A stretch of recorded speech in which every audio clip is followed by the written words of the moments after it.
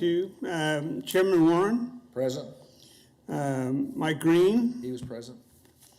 Lowell Richardson is no longer with us. Shane Gross, Present. Renee Dexler, Present. Bob Duell. Is Bob next door? Yeah. Okay. Yeah, he put his flag up. I see it. Okay. Joshua Blick, Present. Hugh Nix, Present. David Foster. He's next door. You there, David? Can you hear us? He's here. Yep. Yeah, but he's not. I'll go check on the mics. Bill Johnson, Okay, he's here. he's here. Joe Johnson, Here? Cindy Miles. She's here. She's muted, I think. Yeah. Rob Hartman, Present. Terrell Florence. Here. We've got 13 members here.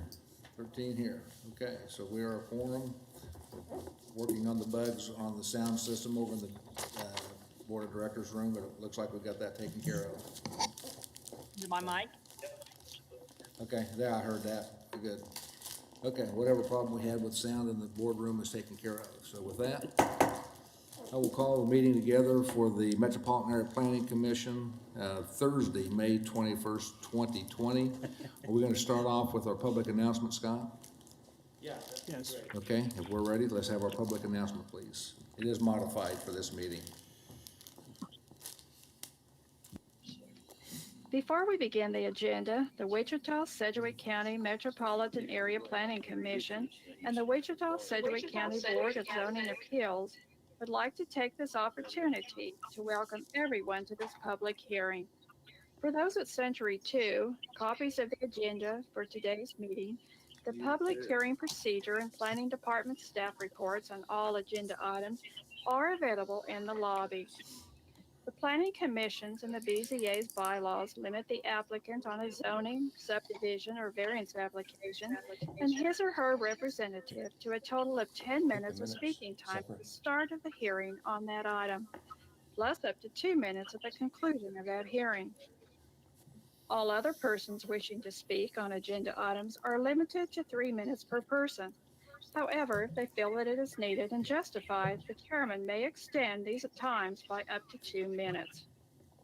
All speakers are requested to state his or her name and address for the record when beginning to speak. When you are finished speaking, please share your name, address, and the case number on the sheet provided in the room or the GoToMeeting comments box. This will enable staff to notify you if there are any additional proceedings concerning that item. Please note that all written and visual materials you present to the commission and the board will be retained by the secretary as part of the official record. If you are not speaking, but you wish to be notified about future proceedings on a particular case, please provide your contact information to the planning department. The Planning Commission and the board are interested in hearing the views of all persons who wish to express themselves on the agenda items.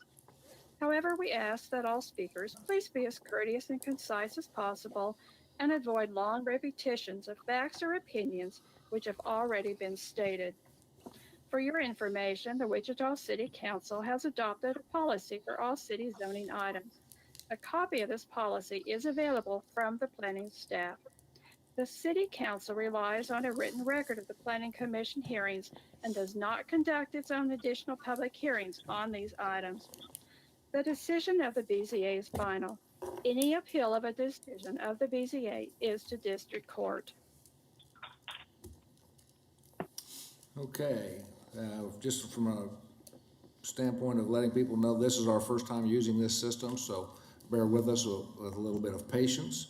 Also want to let people know if you're in any of the locations here at Century, at the city building or at Century 2, we have live mics there, staff to assist you wherever they are at in those locations, so rely on the staff to help. Would ask that if you're on a remote location that you keep your microphone muted except when you wish to speak, and I'll try to give a little bit of a gap to make sure that we catch everybody that wants to speak no matter what the venue, whether it be by a phone call coming in, a video connection, or located at Century 2. With that, we will go ahead and get the meeting started. The first part of our business is the approval of the minutes for March the 5th and April the 21st. We are aware of at least one correction. Renee Drexler was at both of those meetings, and that was not reflected on the minutes, so we make sure that we get that correction put into the minutes. Is there a motion on the minutes? I move for approval of March 5th minutes. Second. Okay, we have a motion and a second. Motion by Mr. Joe Johnson, second by Mr. Green. Do we have, I don't have those minutes. Hugh Nix and Josh Blick weren't present. Hugh Nix and John, okay. If there's no other comments on that, all those in favor, we'll do a roll call vote. Warren, Yes? Green, Yes.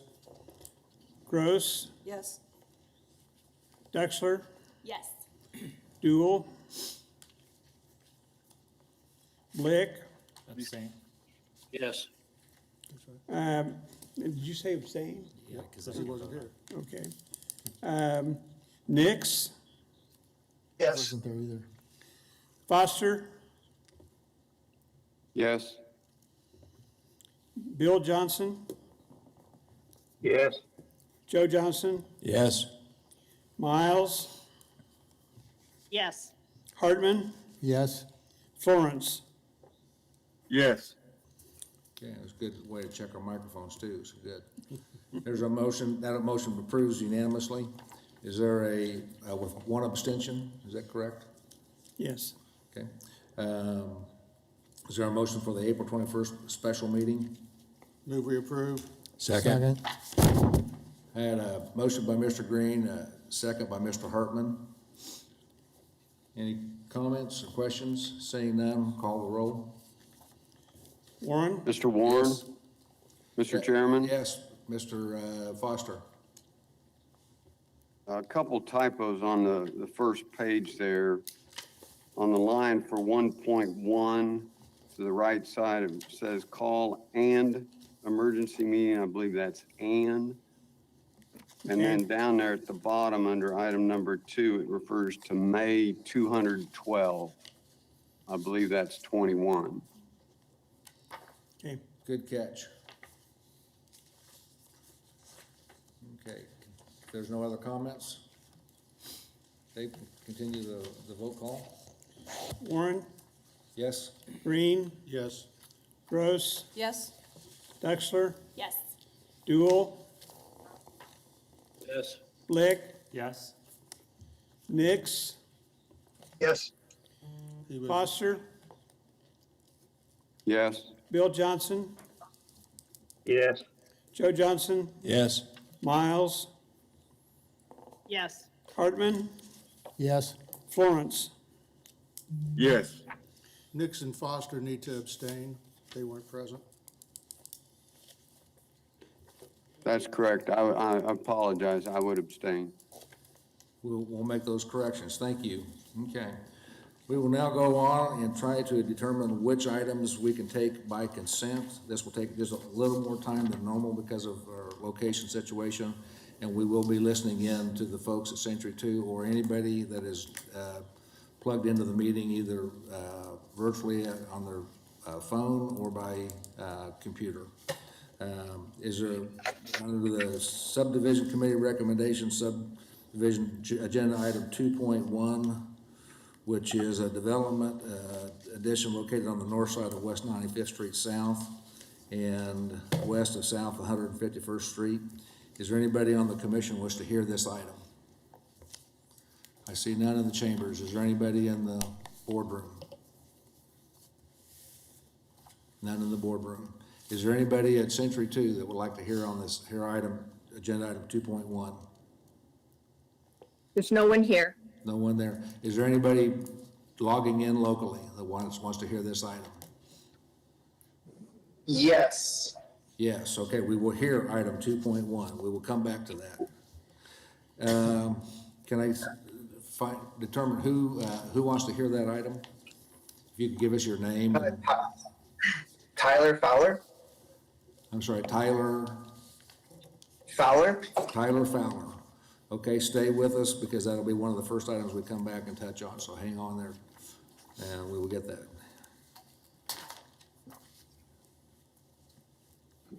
Okay, next item is agenda item 2.2.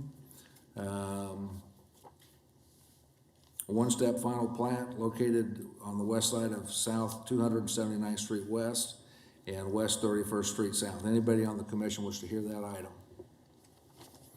No one in the council chambers? Anybody in the boardroom? No one in the boardroom. No one in the boardroom. Anybody in Century 2? No one at Century 2. Okay, is there anybody listening in from another device wish to speak, have a hearing on this item? Okay, we will take that by consent. Okay, agenda item 2.3, a one-step final plat located on the southeast corner of North 215th Street West and West 37th Street North. Is there anybody on the commission wish to hear that item? No one in council chambers. Anybody in the boardroom? No one in the boardroom. Anybody at Century 2? No one at Century 2. Anybody on another device? Okay, hearing none, we will take item 2.3 by consent. Agenda item 2.4, one-step final plat located on the northwest corner of East 87th Street South and South 159th Street East. Anybody on the commission wish to hear that item? None in the council chambers. Anybody in the boardroom? No one in the boardroom. Anybody at Century 2? There's no one at Century 2. Anybody on another device? Hearing none, we will take item 2.4 by consent. Agenda item 2.5, one-step final plat, Wildflower Ranch Edition located south of 263rd Street West and West 6th Street South. Anybody on the commission wish to hear that item? None in the council chambers. Anybody in the boardroom? No one in the boardroom. Anybody at Century 2? No one at Century 2. Anybody from another device? Hearing none, we will take that by consent. Mr. Chairman, I move that we move by consent items 2.2, 2.3, 2.4, and 2.5. Second. We have a motion by Mr. Green, a second by Mr. Blick. Any further questions or discussion? Seeing none, take the roll. Warren, Yes? Green, Yes. Gross, Yes. Dexler, Yes. Dool, Yes. Blick, Yes. Nix, Yes. Foster, Yes. Bill Johnson, Yes. Joe Johnson, Yes. Miles, Yes. Hartman, Yes. Florence. Yes. Passes 13-0. Okay, we'll move on to public hearing items. We got a number of vacation items. First vacation item is a portion of a utility easement for an in-ground pool on property located or zoned SF5 near North Tyler Road and West 29th Street. Anybody on the commission wish to hear this item? None in the council chambers. Anybody in the boardroom? No one in the boardroom. Anybody at Century 2? No one at Century 2. Anybody by another device? Seeing none, we will take item 3.1 by consent. Agenda item 3.2, city vacation of a portion of complete access control to permit one drive on property zoned limited industrial near North Greenwich Road and East 29th Street North. Anybody on the commission wish to hear this item? Nobody in the council chambers. Anybody in the boardroom? No one in the boardroom. Anybody at Century 2? No one at Century 2. Anybody via another device? Hearing none, we will take item 3.2 by consent. Item 3.3, city vacation of a portion of a utility easement located near East 17th Street North and North Mosley Avenue. Anybody on the commission wish to hear that item? See none in council chambers. Anybody in the boardroom? No one in the boardroom. Anybody at Century Two? No one at Century 2. Anybody via another device? Hearing none, we will take that by consent. Is there a motion on that? I move for approval for items 3.1, 3.2, and 3.3. Is there a second? Second. We have a Second. motion by Mr. Hartman, second by Ms. Dexler. Any further discussion? Seeing none, all those in favor? Oh, we got a roll call. Warren, Yes? Green, Yes. Gross, Yes. Dexler, Yes. Dool, Yes. Lick, Yes. Nix, Yes. Foster, Yes. Bill Johnson, Yes. Joe Johnson. Yes. Miles, Yes. Hartman, Yes. Florence. Yes. Passes 13-0. That's 13-0. We will now go on to public hearing items. We already know that we have some speakers, and so we will hear agenda item 4.1, which is a zone change from single-family to two-family to permit construction of fourplex on properties near McLean Boulevard and West 9th Street. That one we will hear. We will, let's see, item 4.2 has been deferred. Well, this has been deferred from March the 5th, so this one this one, I believe, came with a recommendation of denial, so we will hear that one. No, Mr. Warren, that is not correct. Okay, This did not come with a recommendation. This is Philip in the boardroom with staff. That one did not have a recommendation of denial. okay. I see Mr. Foster's got his flag up. Mr. Foster? Mr. Chairman, I did have a staff question on item 4.2. Okay, I'll tell you what, we'll hear that one, although it may be an abbreviated hearing if we don't have much, but we will come back to that one, but we'll plan on hearing that one. Agenda item 4.3, city conditional use permit for ancillary parking, located near North Hillside Avenue and East Second Street. Anybody on the commission wish to hear that item? Yes. We will hear item 4.3. Okay. That is the end of the morning agenda, so, You still need to go back and do yeah, item that's what, that's the 2.1. end of that for consent. I misspoke. We got several things to hear. Yeah. We still need to do item 2.1. Yeah, let's go back to 2.1. Who's got that item?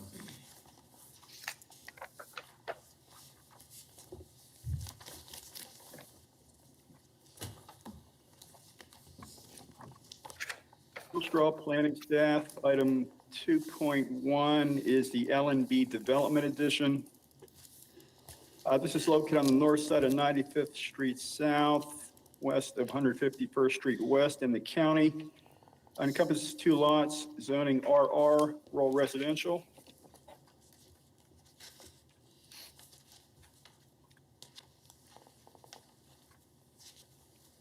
We will need our standard approval memo from MAPC regarding approval of on-site sewage facilities. The plat is within the rural water district and connection is recommended if available. The drainage plan has been approved by County Public Works, requesting the floodway reserve easement be denoted as a floodway reserve. Access controls have been approved.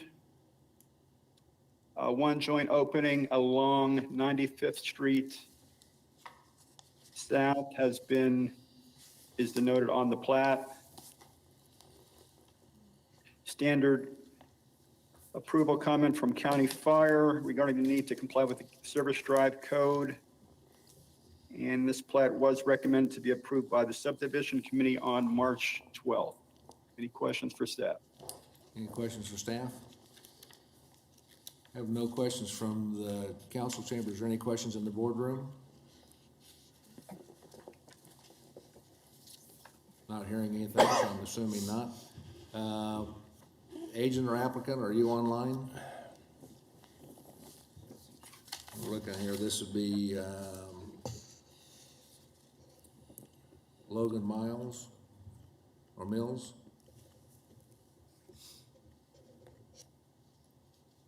Okay, not hearing anything there. Mr. Fowler, are you still online? Yes, I'm here. Okay, we will give you 3 minutes. Are you on by phone or are you logged in on a, what do we got here, Stan? I'm here on the PC here. Okay, do you have it helps us if we can see who's talking. It's not necessary, but it's a nice thing to have. If, I do have my camera on. okay, Oh, I see. let us see what we can do here because I'm not seeing it, but okay, here we go. There he is. There you are. Okay, now I've got you. Logan. Okay, you have 3 minutes and fire away. So I've been at this location for 8 or 9 years now, and I was really excited to make it into the historic College Hill neighborhood. I am pretty close to the edge. I only have 2 houses towards the end of the block, so this parking lot is gonna really separate me from the College Hill. It almost feels like I'm not even like I'm at the very edge. I kind of feel like I'm getting separated from it. This is Captain Morgan staff, Tyler. Your Yes. item is item 4. It's not this item. Yours is under 4.3. Yours Oh, is 4.3. We have not got to that yet. I apologize. Okay. My mistake. Okay. Do we have anybody, we do have, I saw that we had the applicant, or the agent rather, was on, I saw a picture of him, so I don't know if he's, wants to make his presentation or talk.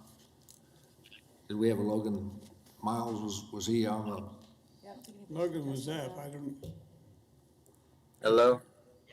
Hello. there he is, yeah. Sorry, we missed you there, Logan. You got, if you'd like to make a presentation on this, you have 10 minutes. No, I don't have any comments. We're in agreement with staff comments, so. Yeah, okay. This one, we got a little bit confused on this one. Is there anybody else that wishes to speak on this item? Any additional questions from commissioners? If not, I would entertain them. I move we approve item 2.1. Second. We have a motion by Mr. Green and a second by Mr. Joe Johnson. Further questions or comments? Anything from the boardroom? Making sure, anything from Century 2? No comment from Century 2. And is there anybody else via another device that wishes to speak on agenda item 2.1, which is a one-step final plat located west of 95th Street South and 151st Street West? Okay, seeing none, let's call the vote. Warren, Yes? Green, Aye. Gross, Yes. Doxler, Yes. Dool, Blick, Yes. Yes. Nix, Yes. Foster, Yes. Bill Johnson, Yes. Joe Johnson, Yes. Miles, Yes. Hartman, Yes. Florence. Yes. Passes 13-0. Passes 13-0. The next item that I see that we did not take by consent is agenda item 4.1. Is that correct? Yes. Staff, you and I on the same page? We That's are. correct. So, let me get that on. Okay. Kathy, are you making the presentation on that one? Yes, I'm just being slow. That's okay. Kathy I'm Morgan, just not getting to it, so staff. you have the floor. Okay, this is a case that was originally heard by the Planning Commission on February 6th. The Planning Commission reheard it and approved it with a protective overlay with 3 items. Protective overlay 345, it went to City Council There was a protest petition, over 20% protest, and the city council sent it back to the planning commission for further consideration. And one of the items that the city council asked planning staff to do was to broaden protective overlay 345 to include language from the Places for People plan. And so in your staff report, well, the memo to the staff report, the new recommendations are outlined in red. So there's a reference to garages that which should occupy no more than 50% of the ground level facade facing the street and may not project more than 5 feet in front of the main facade. B, corner lot duplexes shall place pedestrian entries on opposite street frontages. C, entrances, pedestrian scale entry shall be a prominent feature of the front elevation. D, architectural variety, developments shall achieve architectural variety by accommodating a variety of styles that are compatible or consistent with the surrounding neighborhood. E, windows and transparency. Windows and or doors facing the street are required. At least 10% of the facade must be transparent. The facade is measured from the base of the house to the start of the roof line. Roof design shall have variation in roof planes in order to break up the large roof mass through dormers, gables, or changes in elevation. Siding materials shall be appropriate to the architectural style. Traditional materials consistent with the neighborhood shall be used. HVAC units shall be located away from the front of the buildings and screened from the public. Item 3 is from the original protective overlay, minimum of 3 duplexes. Item 4, any changes to the protective overlay require approval by the Metropolitan Area Planning Commission. And number 5 is new. Prior to establishing the ordinance, or prior to publishing the ordinance establishing the zone change, the applicant shall record a document with the Register of Deeds indicating that this tract includes special considerations for development on this property. The MAPC has 3 options. You may send the case back to the city council with no changes to protective overlay 345. You can recommend approval of the revised protective overlay 345 and return to city council, or you can make revisions to the proposed protective overlay and return to city council by the applicant. And you should have received a copy of the proposed changes from the applicant. And I believe the applicant is online with us, or at least listening. And Jim, could you go through the neighborhood pictures again real quick, just to remind them of what's there. So you have the aerial next. The residential, that's the comprehensive plan map. This is the site plan that was submitted with the change for the 3 duplexes on the lot. Next. This is what the protest petition map that was sent to city council, 38% protest. Next. This is looking northwest at the site, back to an existing structure that remains on the site.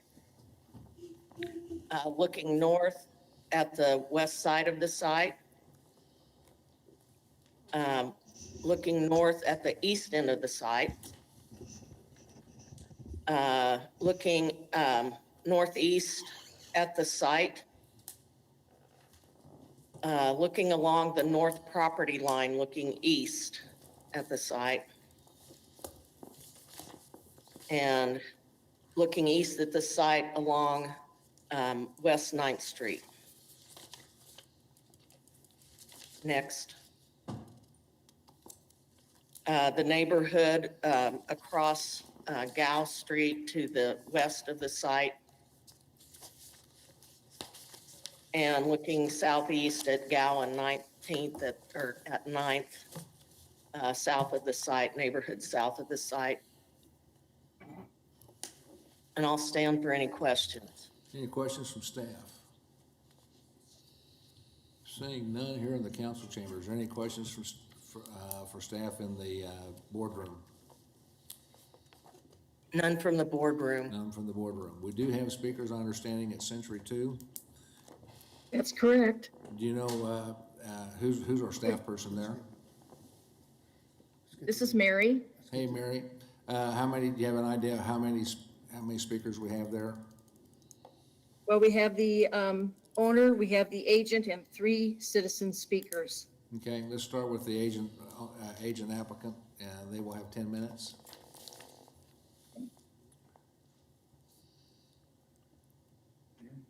Right here. I'm just speaking. Okay.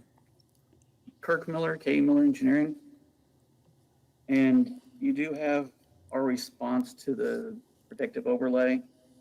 We're not in favor of A and B. They just don't really work well with this site for us, and they want to have as much parking as they can have to get vehicles from keep vehicles from parking on the street. We agree with the last 3, and we partially agree with E, the window transparency. But with the number of garages, with the size of garages out front, there's no way we can meet what they want as far as transparency through garage doors, that type of thing. We do agree with some architectural variety where we're looking at different treatments with stone or brick or something along those lines from one structure to the next. And we do agree to put some kind of a architectural element towards the front, whether it be something like a trellis or just something to kind of break up the look of the building a little bit. This is the 3rd time we've been here. The first time we were proposing 4 duplexes, and we agreed to go down to 3 duplexes plus a couple other agreements. And we'd like you to approve what we are suggesting in our response to the staff protective overlay. Okay. I'd be glad to answer any questions. Any questions for Kurt? I just want to make sure to clarify. So under garages, you were suggesting that you propose the plan at least 2 shade trees in each lot. And then under corner lot duplexes, you're proposing to install 5-foot sidewalks along the north side of 9th Street for the 3 platted duplex lots. Is that correct? Right, to do those is kind of a compromise for not doing these other things they want. Okay, I just wanted to make sure to clarify that and have it on record. Thank you.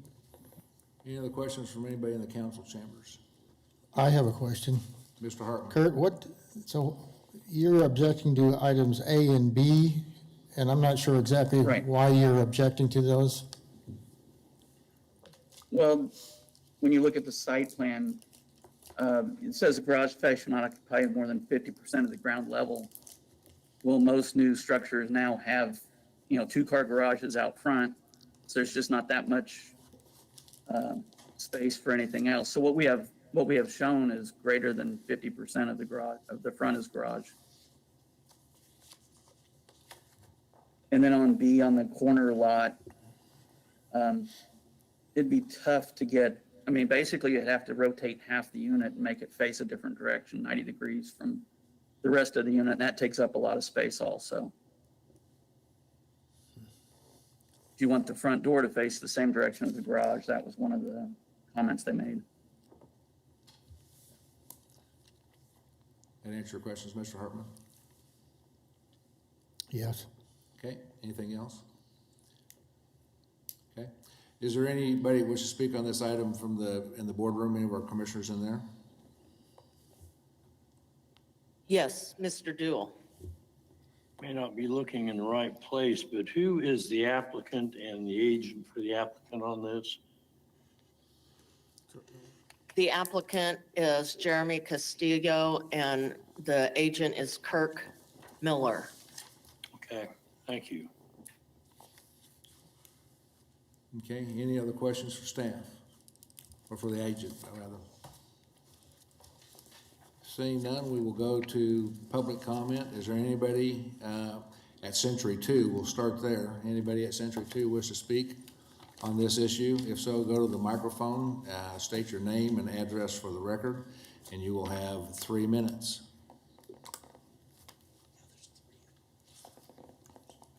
Three speaking? Are all three still speaking? That's fine. Just speak into here. I mean, voice directed there. Thank you. Thank you, Mayor.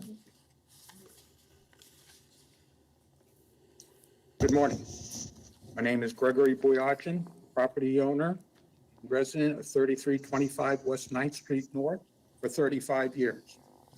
I am a signer of the protest positions that caused the city council to vote 6-1 vote to return this zoning case back to MAPC to take into consideration characteristics of the neighborhood.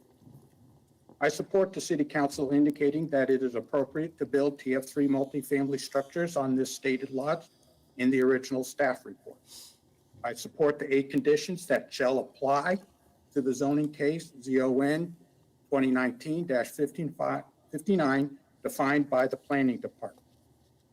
Where subjectivity is implied within the conditions, that is architectural variety, duplicate of housing designs adjacent to each other are highly discouraged, and siding materials, traditional materials consistent with neighborhood architectural styles are encouraged, such as wood, masonry, brick, siding materials, and window trim should be consistent on all sides of the structure.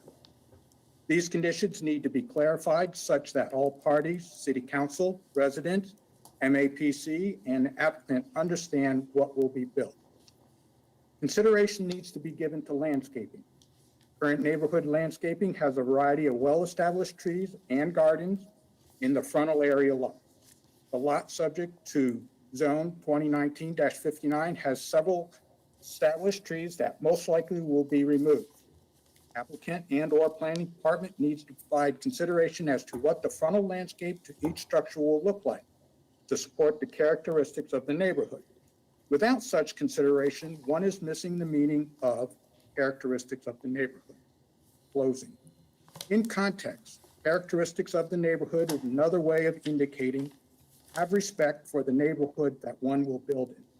Acceptance of the 8 conditions and landscaping to the proposed 3 structures shows a showing of respect to the neighborhood.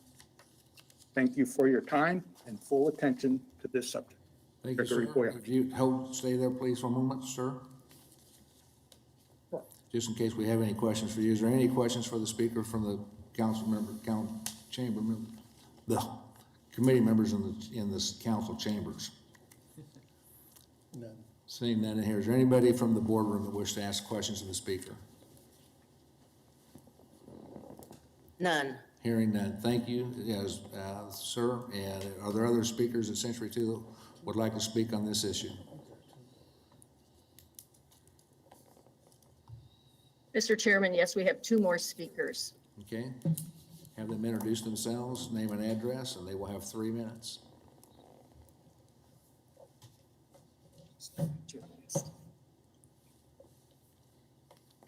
Thank you. Robert Edgington, property owner of 1040 North Gal since 1980.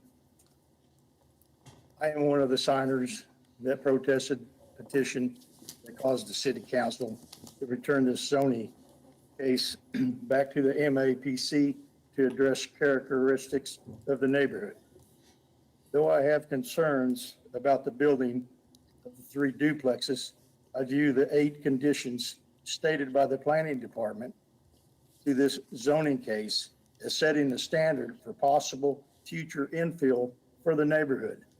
These conditions stated begin in setting a good standard of respect into the existing homeowners of the properties. Landscaping is one further condition that needs to be addressed. I'm not sure why this was left out of the conditions by the planning department, but the frontal property landscaping is part of the characteristic of the neighborhood. Several current properties have at least 2 well-developed trees and garden part of their frontal area. The duplex structures need to have similar landscaping. Thank you for your time and your respect toward my position in this case. Thank you. Mr. Acton, if you would remain there while we see if there's any questions. Any questions for the speaker? None from the council chambers. Any questions from the boardroom? None from the boardroom. None from the boardroom. Okay, thank you, Mr. Edgington. We have one Thank more. you. We have one more speaker there, Century 2. That is correct. In just a moment.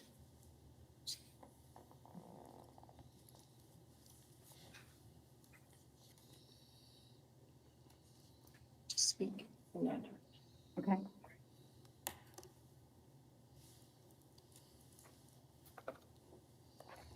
My name is Angela Tiger Hudson. I am the property owner at 1023 North Cal for almost 20 years.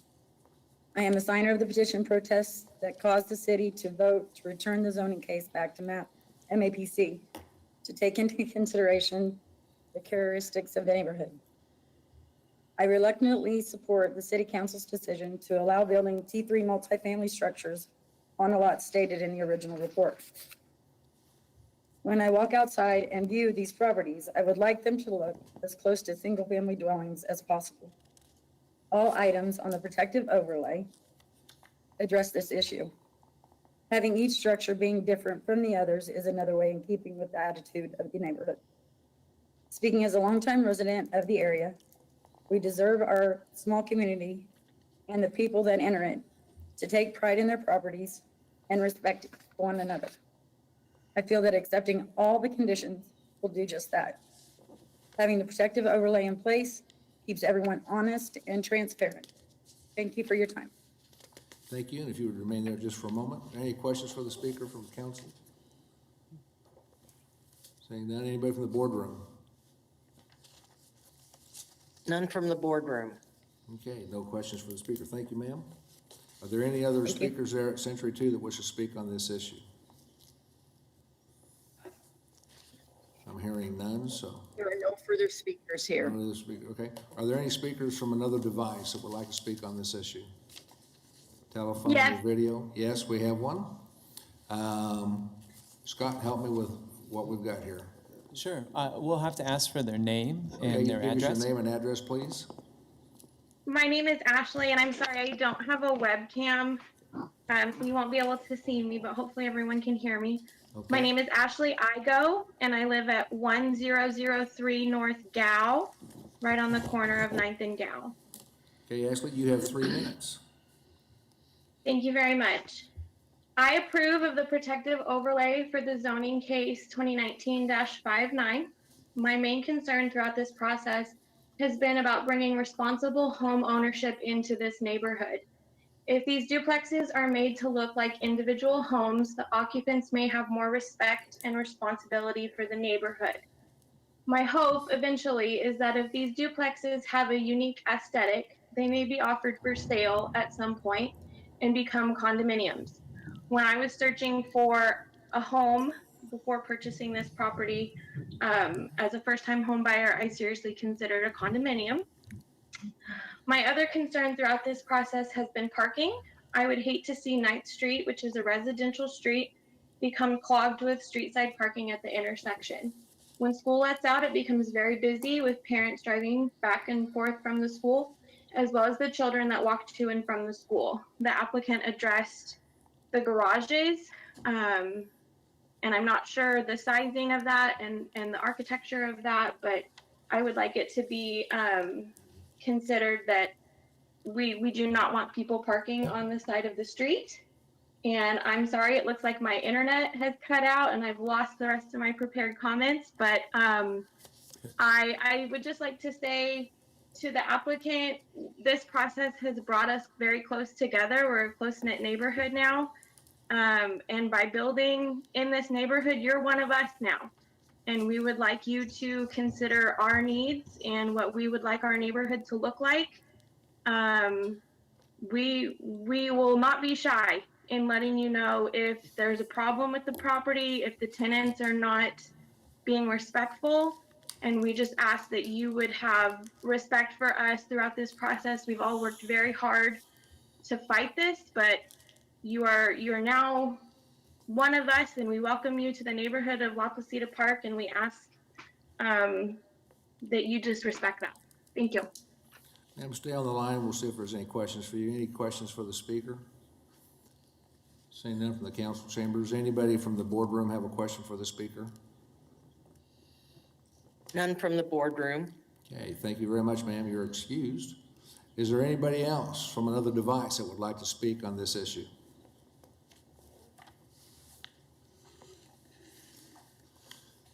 I'm hearing none. I'll have the agent or applicant come back up, and you have 2 minutes for rebuttal.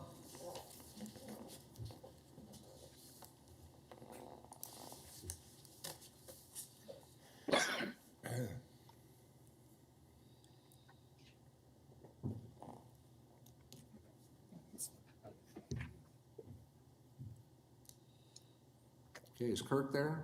Oh, go ahead. I am the applicant. Okay. And the owner of the property. My name is Jerome Costello. The lady that just spoke, Angela, she welcomed me to the neighborhood.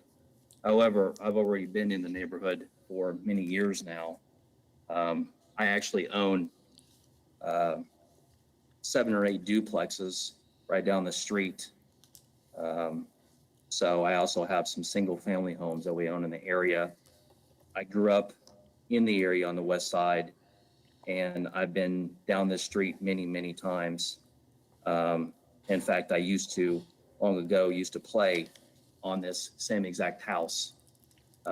It's been abandoned for now 10 to 13 years, and it's just mainly been an eyesore. There are other duplexes that are within blocks of this property.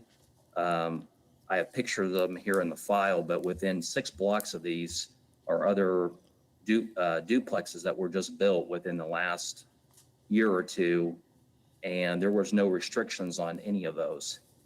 So I think I've gone beyond compromising, to meet the stuff I can. Unfortunately, the lot size dictates what I can put on this lot. And so I'm not able to do certain things or certain parameters that I can't meet. I can't please everybody, but I'm trying to respect everybody. And I re-engineered the entire duplex.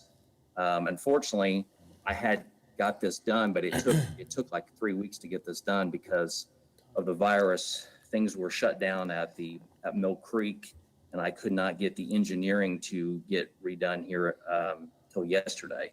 So I did redo all the roof lines, I added sidewalks, I added trees, I redid the site plan. All the stuff is different. I've added brick. Jerome, your time has expired. Do you need 1 more minute? Yeah, just 1 more minute, please. Okay. So just in closing, I do respect people's wishes. I want everybody to get along. I did talk to one of the neighbors on Tuesday. We had a conversation. I told he could approach me at any time. He can call me on my cell phone. I do take care of all my rental houses over there, duplexes. We make sure we do, take care of everybody as much as we can. I take care of everybody's concerns. So I am trying to really dress up the neighborhood. And unfortunately, there are other issues in the neighborhood. There are a lot of houses in that neighborhood that need a lot of help.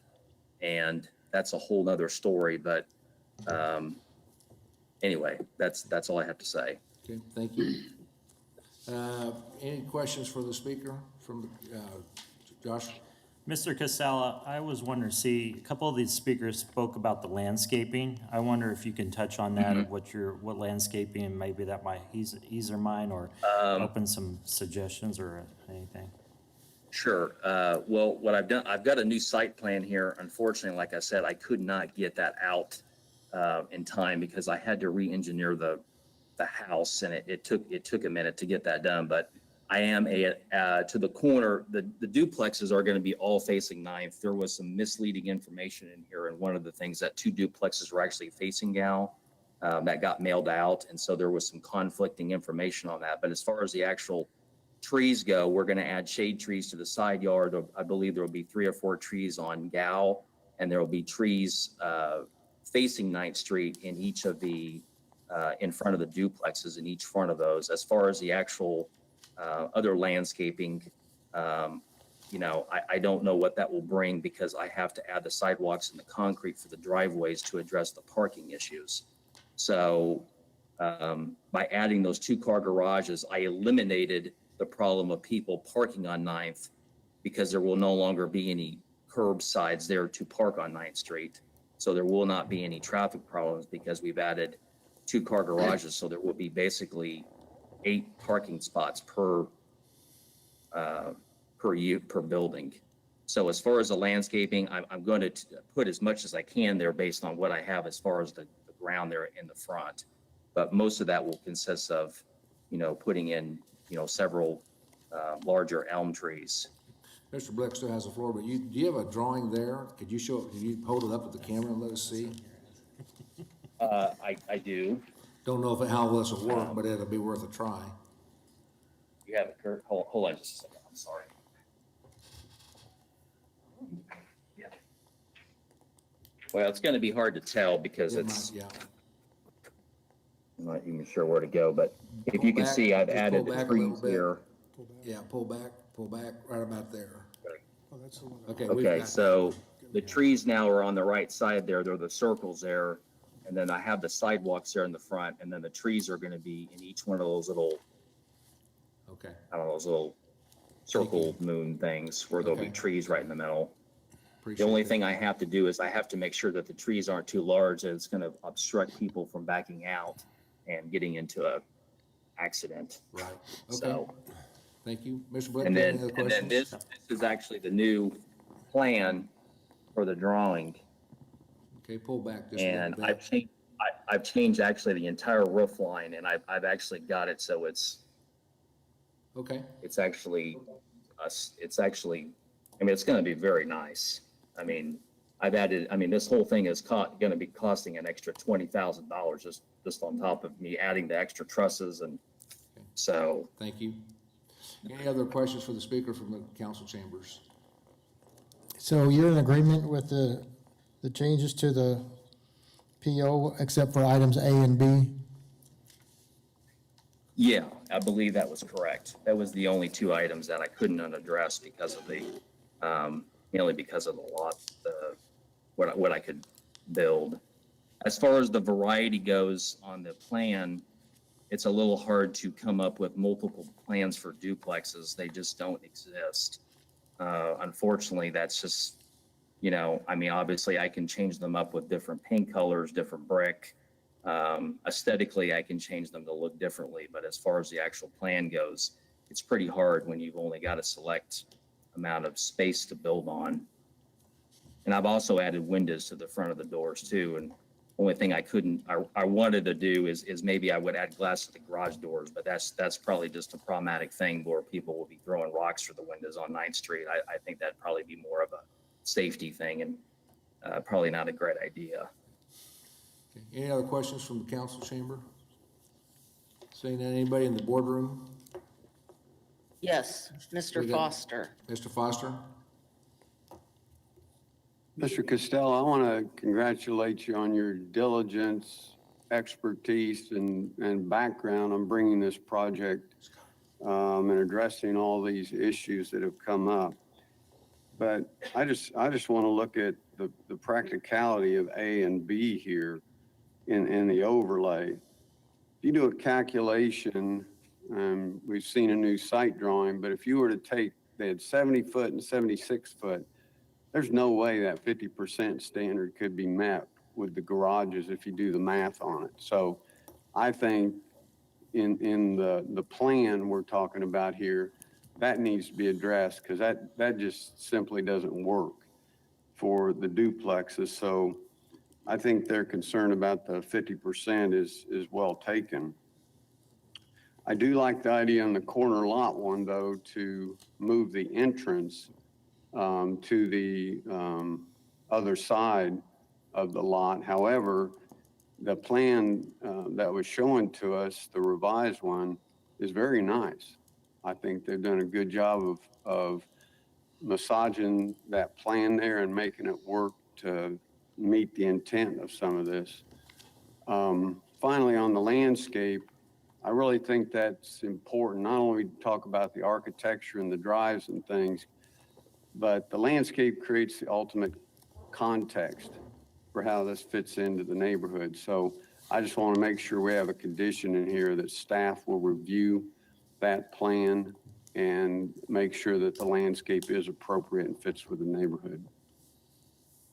And thank you, Mr. Foster. Any other questions from anybody in the boardroom? None.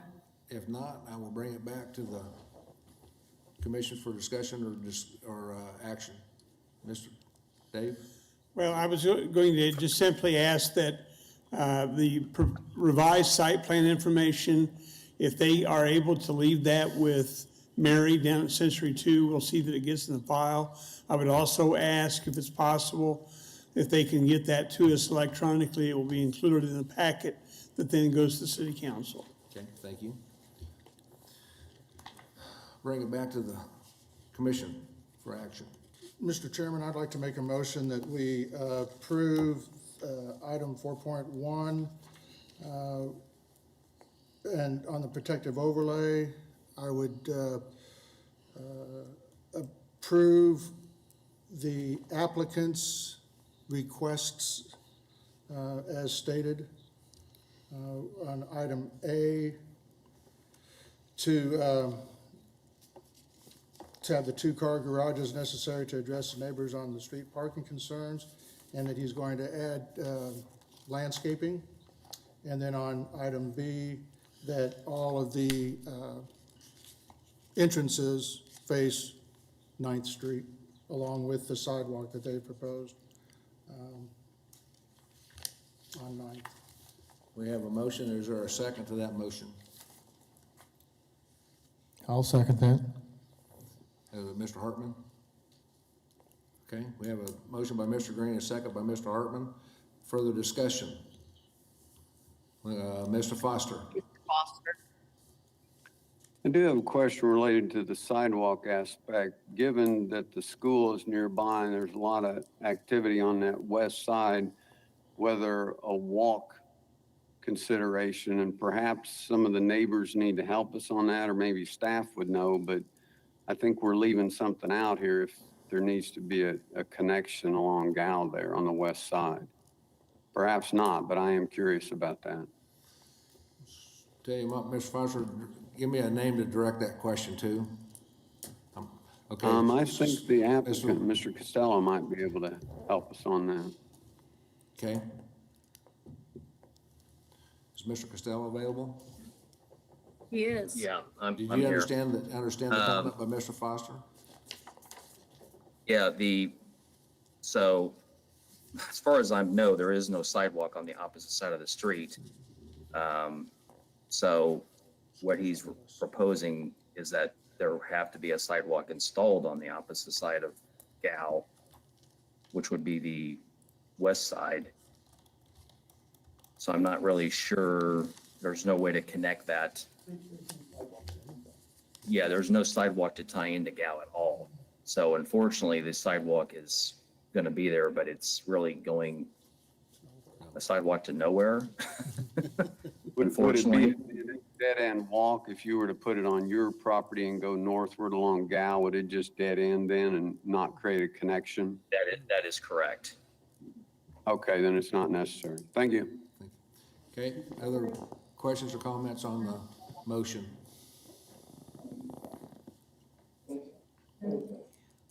I'm not seeing any, so we have a motion and a second. Everybody understand the motion? Okay, let's roll call the vote. Warren, Yes? Green, Aye. Gross, Yes. Dexler, Yes. Dool, Mr. Dool? Oh, yes. Thank you. Blick. Aye. Nix. Did we lose Yeah, who? no, he's Mr. Nix. Yes. Foster,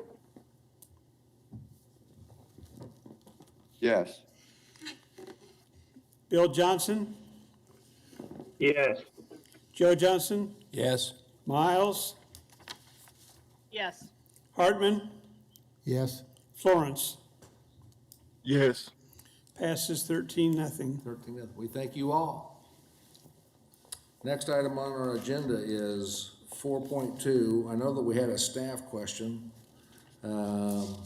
Is there anybody, let's go back and see what we need on this. Is there anybody on the commission want to hear this other than the staff question that Mr. Foster has got?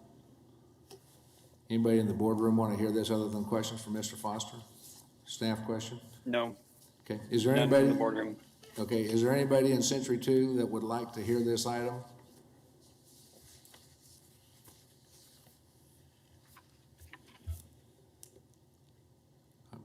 Nobody from Century 2 want to speak on agenda item 4.2, conditional use permit for home occupancy? No, we do have the applicant here, but nobody wishes to speak. Okay, is there anybody from another device remotely off-site that would like to speak on this issue or have this item heard? Okay, I'm not hearing anything. Mr. Foster, you have a staff question? That's correct. If you look at condition number 3 on page 3 of the staff report, it states, "The owner of the property shall reside on the property before the home occupation may function on the site." And what I'm trying to get a sense of is we have no sense of timing on this. And my understanding of the report is that they would be waiting to build the new residence or principal structure to the back of the lot. And that I didn't pick up that they would be living in the principal structure. So with condition number 3, should there be a timetable? It states that they're not going to be able to operate until like they build the new structure or they move into the current principal structure. Is that correct? That is correct. The current principal structure on the property right now is fairly uninhabitable. I can't say that from an official perspective, but even visiting the site, it's not in really great condition at all. And their intent is to build themselves a new house behind there and live in that house once it is complete. And the whole point of it, so currently they do not reside on the site. And so the whole point of a home occupation is you do it out of your home. And if you don't live on the site, it's not considered, that would be a commercial. So that's the whole point, is they have to live on the property. And, I don't know if we can specifically say you have to move in within X amount of time, because you don't know how long it's going to take for the home to be built. But that's the reason that is in there, is they currently do not reside on the property. And we don't want them operating the business on the property if they're not living on the property. Is the applicant comfortable with that condition? Have they stated they're in agreement with it? I have spoken with him, and he can chime in here if he wants to. I think he would prefer to his business before he moves in, knowing it will take some time to get the house built. But again, that goes beyond the idea of a home occupation. If you want a home occupation, you need to be living on the property. Yeah. I think we should check with the applicant on that, because I frankly was a little bit confused on the timing. Okay, sir, you're at the mic. Hello? Go ahead. Foster? You there? You got me? Yeah, go right ahead. My name's Rodney Heaton. I'm the owner of the property there in question. To answer your question, I am in agreement, if need be, to hold off on using the existing structure for my home occupation until we actually do build the house and occupy the house. If there's any way possible, once we break ground and are in the process of building the house, I would like to be able to start using the building in question for the home occupation sooner than later, if that's at all possible. I'm going to ask a question of our attorneys. What kind of limits, what do we have that we can do within this as far as making requirements for living and timeframes, things like that? Yeah, to my understanding, if he's attempting to operate a business as a home occupation, it would have to be built, and he would have to be living in there before he can start that. Otherwise, it is a commercial structure, just like Philip said. I don't know of any way to go around that rule by saying you can do it for 90 days. No waiver possible, even if we're, say, halfway through the construction of the residence? The way it's written, there's no option for that. It's all or nothing. No option, okay.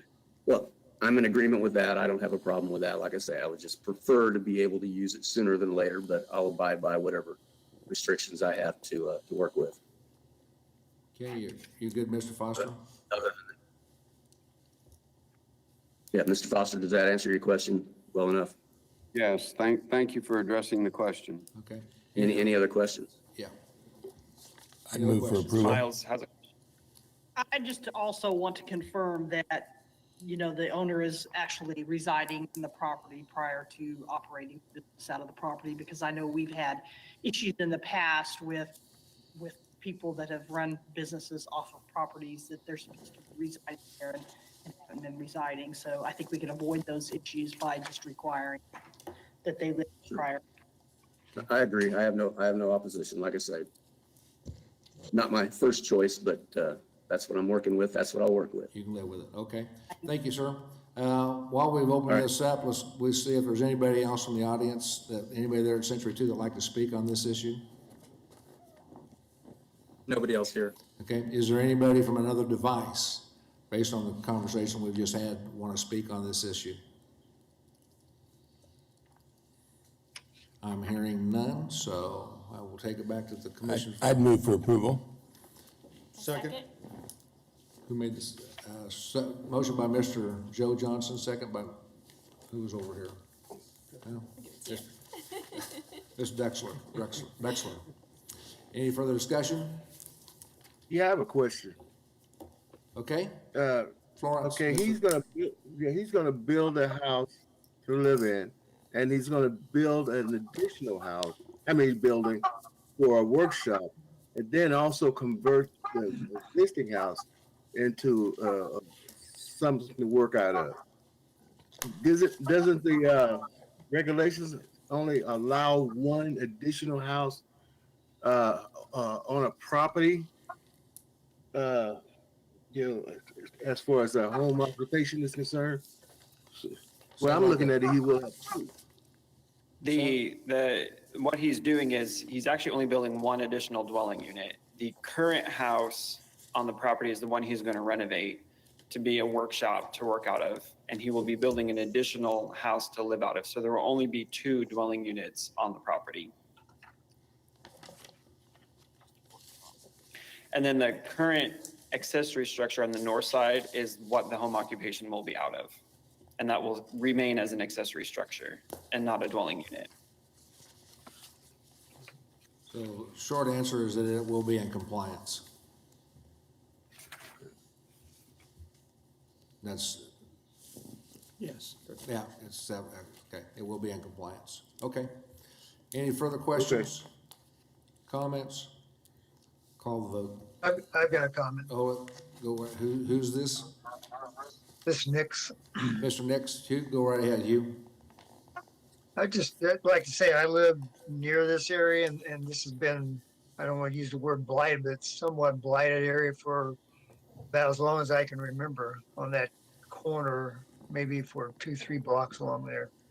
And I think somebody that's willing to come in there and build a house and open up a business would be certainly a welcome addition to this part of town. So I'd applaud the applicant for what he's trying to do.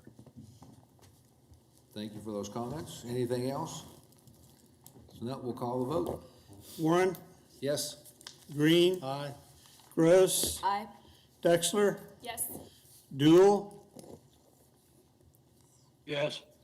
Blick, Yes. Nix, Yes. Foster, Yes. Bill Johnson, Yes. Joe Johnson, Yes. Miles, Yes. Hartman, Yes. Florence. Yes. Passes 13-0. Okay.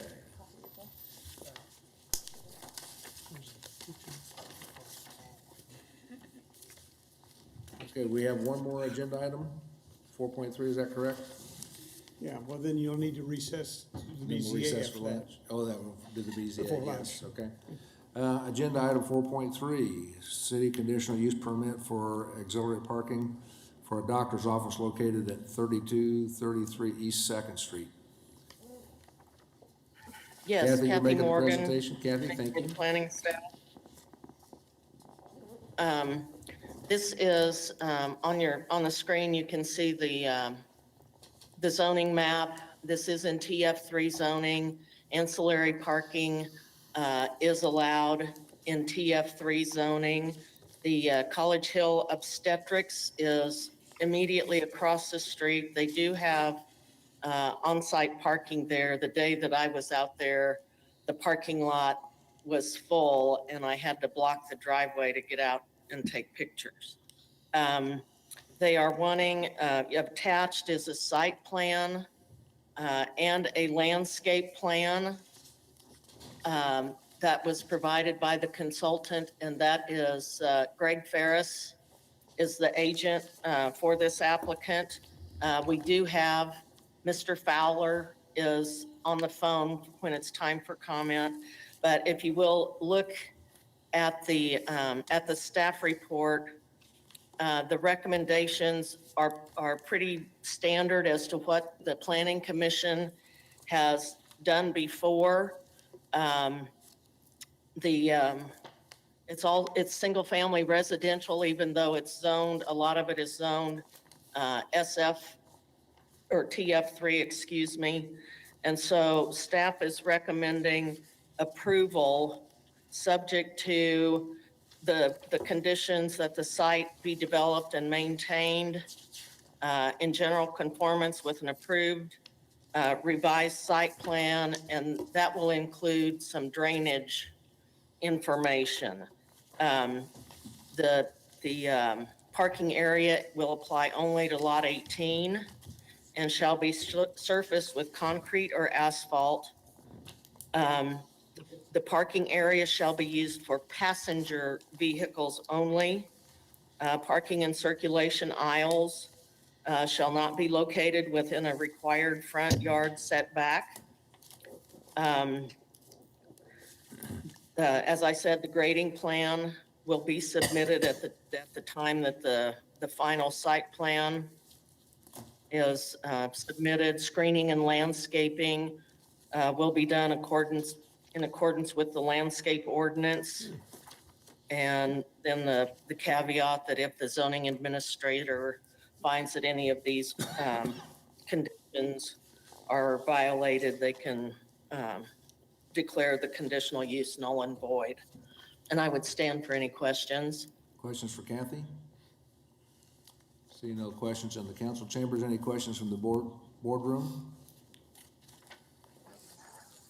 None from the boardroom. None from the boardroom, okay. Agent or applicant? Let's see. This moment, Mr. Greg Fowler, was on the line. Still there. Is Greg Ferris on the line? He was earlier. Okay. Is there anybody at Century Tube who wants to speak on this? Can we, Mr. Chairman, can you not hear me? Okay, there's Mr. Ferris, okay. I'm sorry, Mr. Chairman, I didn't know why you can't hear me, I apologize. Okay, you have. Can you hear me now? We can, and you have the floor. You have 10 minutes. Thank you, sir.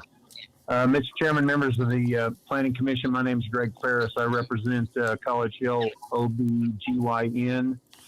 They're the doctor's office immediately to the south of this parking lot request. I don't know if you've had a chance to look at the landscape plan that we've submitted. It's very comprehensive for a lot this size. Probably a little unusual even to have for a lot this size to have this much landscaping, but we certainly are willing to accommodate that. OBGYN is kind of a unique in this area as they try to serve this underserved area. They are trying to add another doctor. They are very limited in parking, and there's really nowhere for them to go. They attempted to purchase the vacant lot to the south. The owner was not interested in selling. They have leased some parking spaces for their employees in some other locations, but they have maximized that as well. So that puts them in a situation where they needed to look. They actually approached me about trying to do some minor street privilege to do some parking, which would be very difficult to do. And I looked at it and said, there really isn't any way to do that. And we noticed this lot was vacant. It had been vacant for a very long time. It seemed like we could accommodate some parking on this lot, and that's why they moved forward. They recently acquired this lot from the owner, and we're trying to move forward to allow the parking.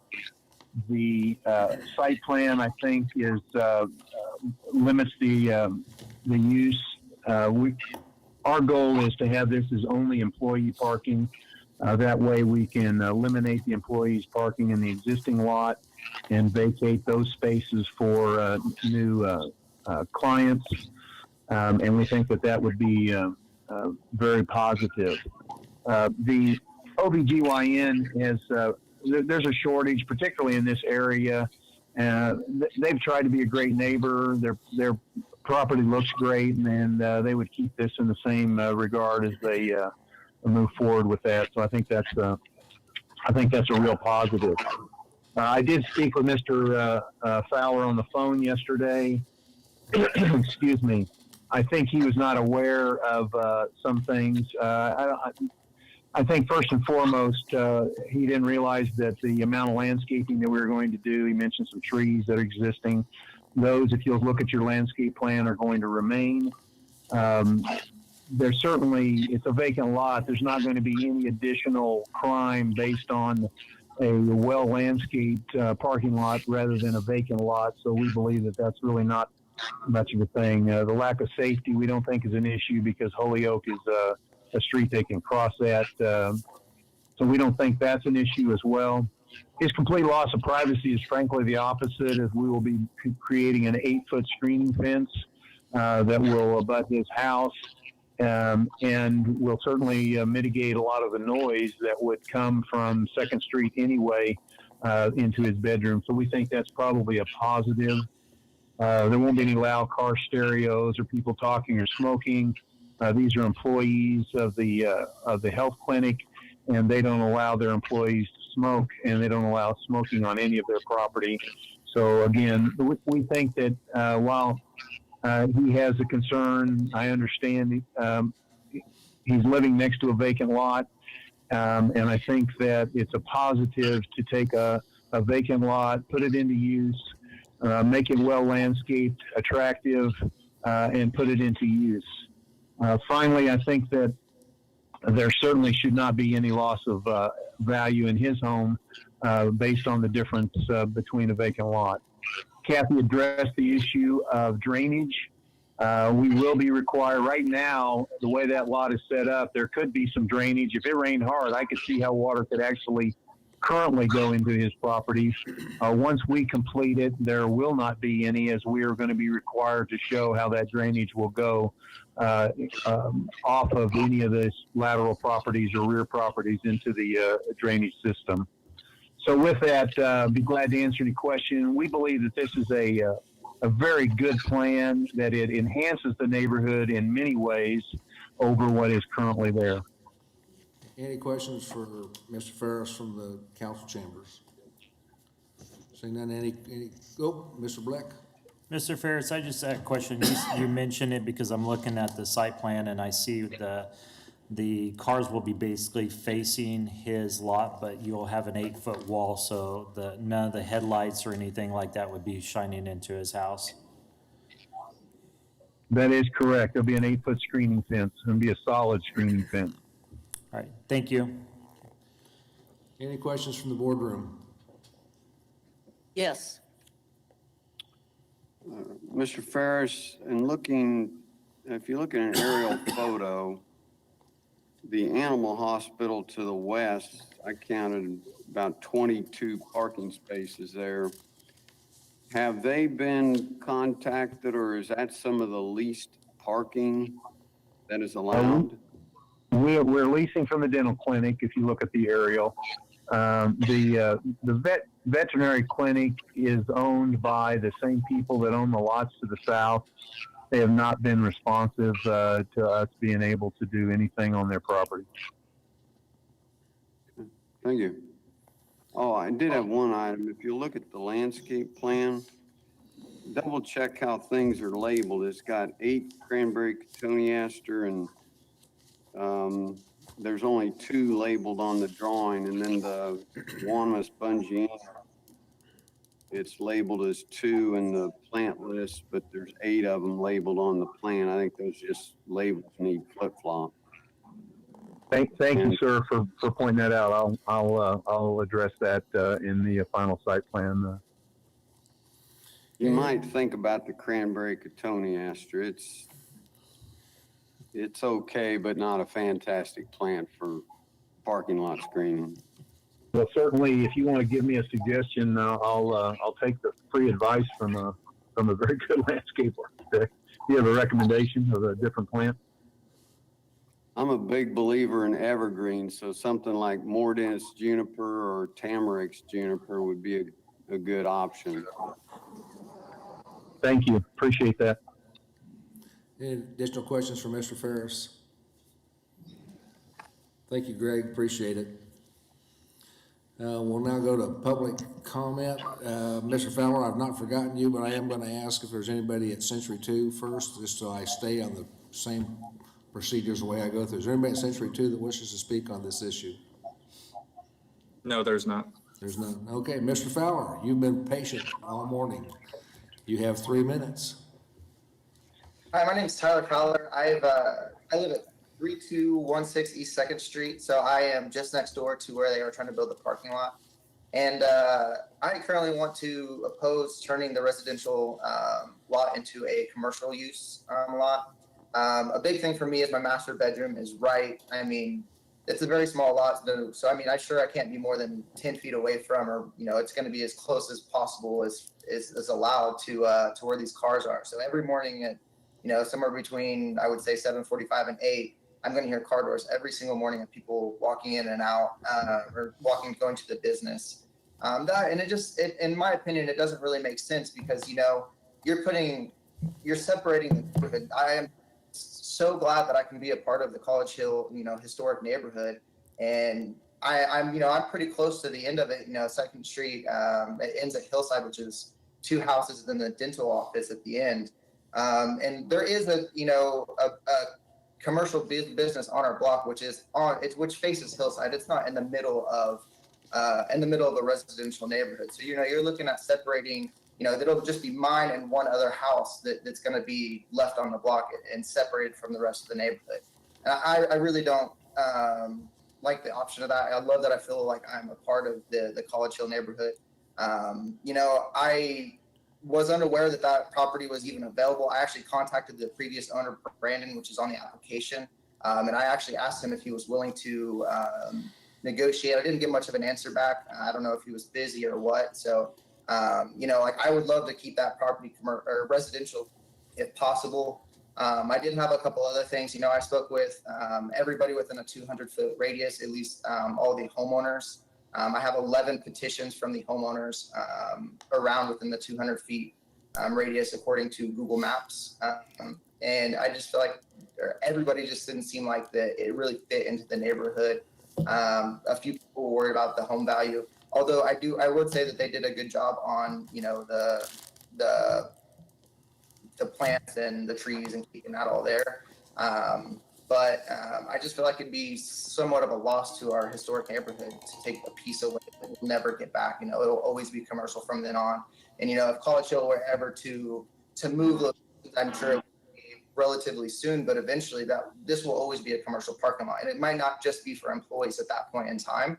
Mr. Fowler, your time has expired. Can you wrap it up in just a few minutes, or just a few seconds? Yeah, I just think that it would be a better suit to keep it residential. Another thing that I was worried about is since it's been acquired, the lot has just now been mowed after I raised concern about it. So I'm worried about people not picking up trash and things like that. And the last thing I wanted to re-say is that my house, along with a lot of the other houses, are very old. My house is 120 years old. So I don't have much insulation. So no matter what, I'm going to hear those cars. I mean, it's a small lot. They're going to be very, very close to me, whether there's a boarded fence or not. I'm going to be hearing every single car door that opens. I can hear people talking outside, and it's just going to bring a lot more traffic to next to my home. Okay, thank you. Any questions for the speaker? Mr. Fowler, I've got a question for you. I'm assuming that the business that is wanting to put this parking lot in has need for parking. So if they don't park there, they're going to be parking on the street. Is that going to be an issue for neighbors in the area to have that number of cars parking in the neighborhood on the street versus being located in a parking lot? You know, from my experience of watching the parking lot, I feel like that they could do a better job of separating, spreading out their appointments to more of the evening. They almost always have spaces available in the evening. They are closed during lunch, and they're also closed on Friday evenings. As me working in retail and a lot of businesses operate, you know, we can schedule. I would imagine that it would be able to spread out appointments as far as throughout the day and work through lunch and, you know, separate lunch breaks. I know that's not convenient for everybody, but I do see that as a very possible option there. Thank you. Is there anybody else in the council chambers that has a question for the speaker? Anybody from the boardroom wish to ask Mr. Fowler a question? None from the boardroom. Thank you, sir. Anybody else from another device or another location wish to speak on this issue? Unmuted. Somebody, I heard a voice, but I have no idea. Help me out here. If whoever just spoke said that you were muted, if you would speak again. Oh, she's muted, you can't hear her. It was not me. I don't have a question for the speaker, but I do have comments. Okay. State your name and address for the record, please. It's Robin Huber. I am at 3226 East 2nd. I am just a few lots up the street from Tyler. Okay, you have 3 minutes, ma'am. Okay. I lived in College Hill when I was a little girl, further up 2nd, and I was wanting to come back here for the good memories, come back to my home. And College Hill has changed a lot, especially down towards Hillside here. And I'm just very dismayed at all these changes, all the lots disappearing. Unfortunately, I don't have these in front of you, but I have plats printed out. And there's a whole street gone behind me from commercial people just eating this up, taking these lots. And I understand that there is a lot right behind on Holyoke that is owned by that vet that it has trees on it right now. That's it. And I think if these people were trying to be good neighbors, this clinic, trying to be good neighbors and maintain the integrity of College Hill, which no one seems to care about anymore, that they could make a better effort to try to get some of this land from this vet's office, which I'm looking at an overview of it. It is definitely not being used for anything other than trees. And that would just save that lot, and it would save from another piece of our history being taken away. And I know that people would want to take that lot and utilize it. I know that Tyler had wanted to buy that lot, and he could have put parking there. You know, we have our own parking issues as residents. He has a terrible parking situation where he's at. He could have developed that, made it nice, put a garage for himself, put a garden. But now you're talking about putting 8-foot fences there that's going to totally block out his sunlight. That's going to block out enjoyment from his yard of being able to see the surrounding houses. I really don't see that that's a viable option. And how you're going to keep patients from parking there. And then talking about crossing, the people aren't going to go to Holyoke to cross. They're not going to go to Hillside to cross. They're just going to jaywalk like they do now. And if they go to Holyoke to cross, that puts them in my yard crossing the street. And I have a brick house, and I get every piece of sound that comes off of that street. And that's going to be waking me up every morning. And that's not going to be enjoyable. It's going to be the same way for Tyler and Kelsey down there with the engines and everything going. The people don't care. The people with the businesses don't care. The people with the rentals don't care. So, and I didn't hear anything addressed for what's going to happen on the other side of that lot and on the back of that lot. If you're planting 8-foot fences all around, I mean, that just makes it even more of an eyesore. So that's my thoughts. Thank you. If you stay right there, is there any questions for the speaker? Seeing none from the council chambers, anybody in the boardroom wish to ask a question of the speaker? No. Okay, thank you. Is there anybody else out there in the Never Never land via computer or telephone that wishes to speak on this issue? Yes, my name is Irma Combs Lovelace. I live at 258 North Holyoke. This is directly across from the doctor's office, so I get everything. And I am opposing this ordinance in regards to the fact that I get street parking continuously.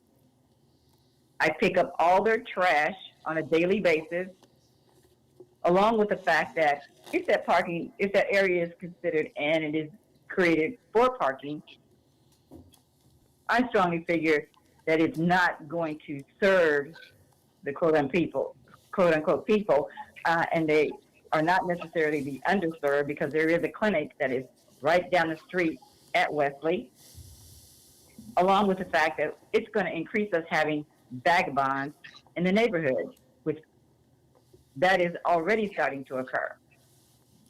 So as I said, I don't feel that it would be should be considered for opening up as a extra parking space. I just don't see that.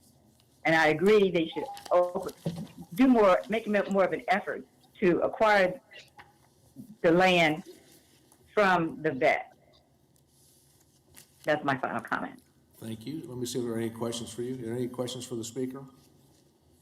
Seeing none in the council chambers, anybody at the boardroom have a question for the speaker?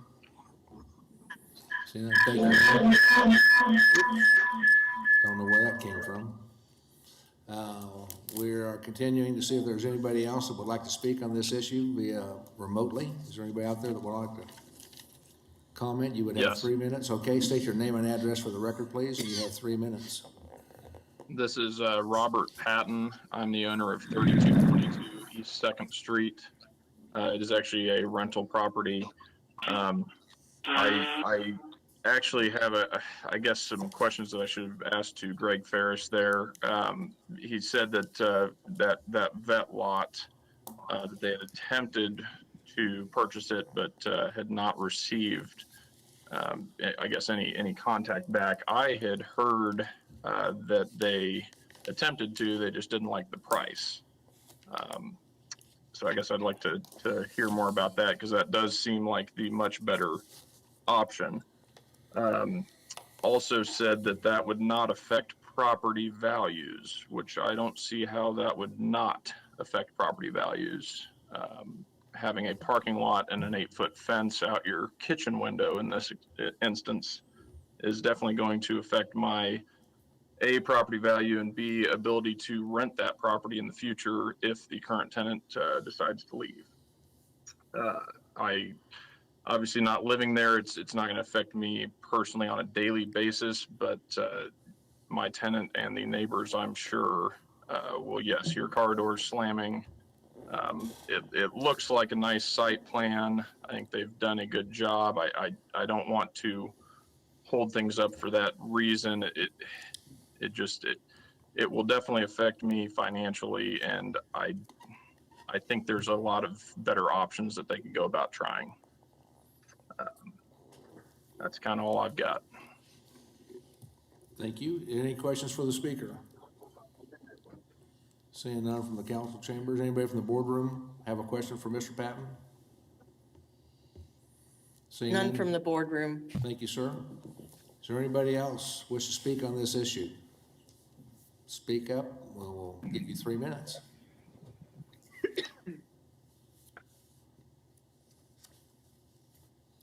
Hearing none, we will let the applicant or agent come back and have 2 minutes for rebuttal. Mr. Chairman, are you able to hear me? Yes, we are. Thank you. Mr. Chairman, I would like to address the lot to the south. It was told to me that that gentleman that owns that wanted to leave it as trees. He likes it that way. It wasn't a matter of price. It was a matter of simple issue that he doesn't want to sell that lot for a parking lot. He might sell it for a house or something, I don't know, but he does not want that lot to be, that area to be asphalt. So it doesn't have anything to do with money or anything else. That was their first choice. They worked very hard to try to secure that lot. As far as some of the other comments, I'm not sure the lady to the east, why she thinks we'll be impacting her. There's a sidewalk and they'll cross at Holyoke. Even if they cross in the middle, that won't affect her. I did receive one call from someone who lived on Holyoke who asked if this will help with some of the street parking. We said we hope so, because that's the purpose. And she was very much in favor of it. I didn't get her name. I was just glad to hear from somebody. I think with the landscaping, I mean, if a house went there and put up an 8-foot fence, no one would say that that would affect their property values. If you drive by this, it's a 50-foot lot. There's not going to be a house built on this lot in College Hill. It's too small. Nobody is building houses this small to move into. That's just not happening. And so with that size of a lot, there really isn't much you can do with it. So just leaving it vacant doesn't seem like the highest and best use of that. There already is a business on 2nd Street. Every one of those houses faces the clinic that is on 2nd Street today, the OBGYN clinic. So it's not like you're introducing something new into the area. This is already there. And so I don't believe that we're going to impact property values. We're not going to impact traffic. We're not going to impact any of the negative things that you're to consider when you look at a conditional use. With that, I'll be glad to answer any questions. Mr. Ferris, Mr. Green's got a question for you. Yeah, Greg, according to your site plan, it appears that you have an 8-foot solid screening fence around the entire property. One of the members, or one of the questioners speakers was asking about that. It appears as though you do have fence all the way around that. Is that correct? That's required by code. The screening fence does taper in the setback. That's also required by code. So in their front yard where we have landscaping, as they look out, they'll see trees and shrubbery and not the fence as it tapers down to the street, which is required by code. So we're following code for the 8-foot fence. Thank you. Additional questions for Mr. Ferris? Seeing now from, Mr. Blick.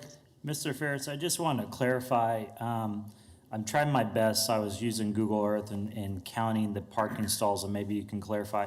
So right now existing, they have probably around 50 or 50 plus parking stalls, with the parking lot that looks like it's to the south, the west, and all around that veterinarian. And then you're looking at adding about another 12 more across the street. Is that correct? I think it's 11.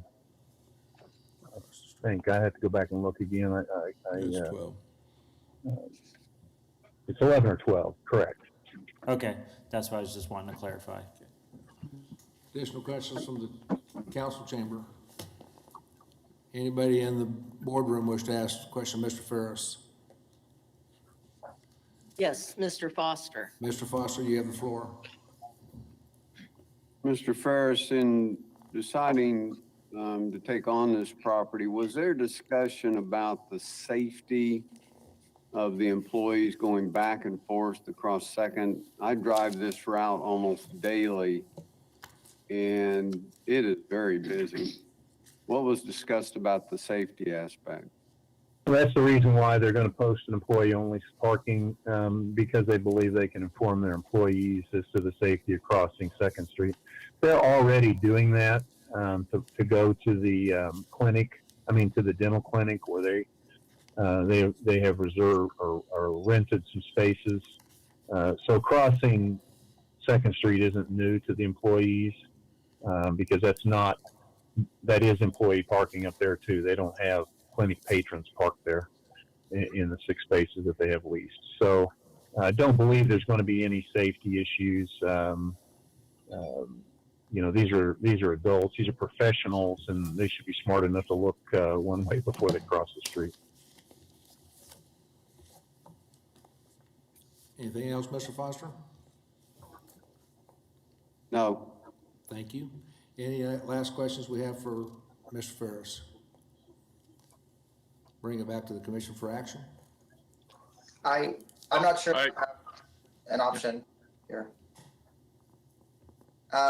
So one thing that I did want to point out is, I'm actually sitting here looking at my here. I'm not sure who's speaking here.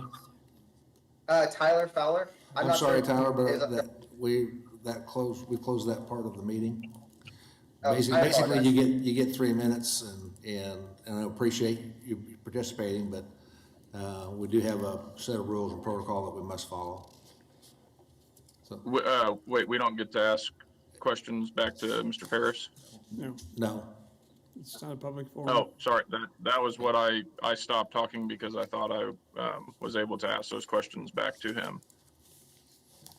Can I just ask 2 questions? You can ask questions of the board, and then if we want to do something with it, we can. So if you have a question for the committee, I would take that. So you can ask us. Okay, yeah. So I guess I would ask the current parking lots that they're leasing. Are those a long-term lease that they're going to keep, or is this to replace the lease that they currently have? Because what I've been informed is it's not a long-term lease, which makes me think that this is just to replace that lease. Okay, and your second question? Now I've completely forgotten what that was. Actually, it wasn't going to be a question. I was going to mention that another use for it would be that Tyler and I could definitely buy that and use it as extending our lots. So. Anybody from the commission wish to comment on the question? I'd like Mr. Ferris to respond to that. Okay, Mr. Ferris, did you have a question? The reason we don't have a long-term lease is because anytime that dental clinic doesn't want to allow us to use those spaces anymore, they can kick us out. We don't intend to leave that unless they send us off. Frankly, the 11 is a good number. It helps us a lot. But we would really like to have had 15 or 20. So we're not going to be giving up those parking spaces. Thank you. Bring it back to the commission for action.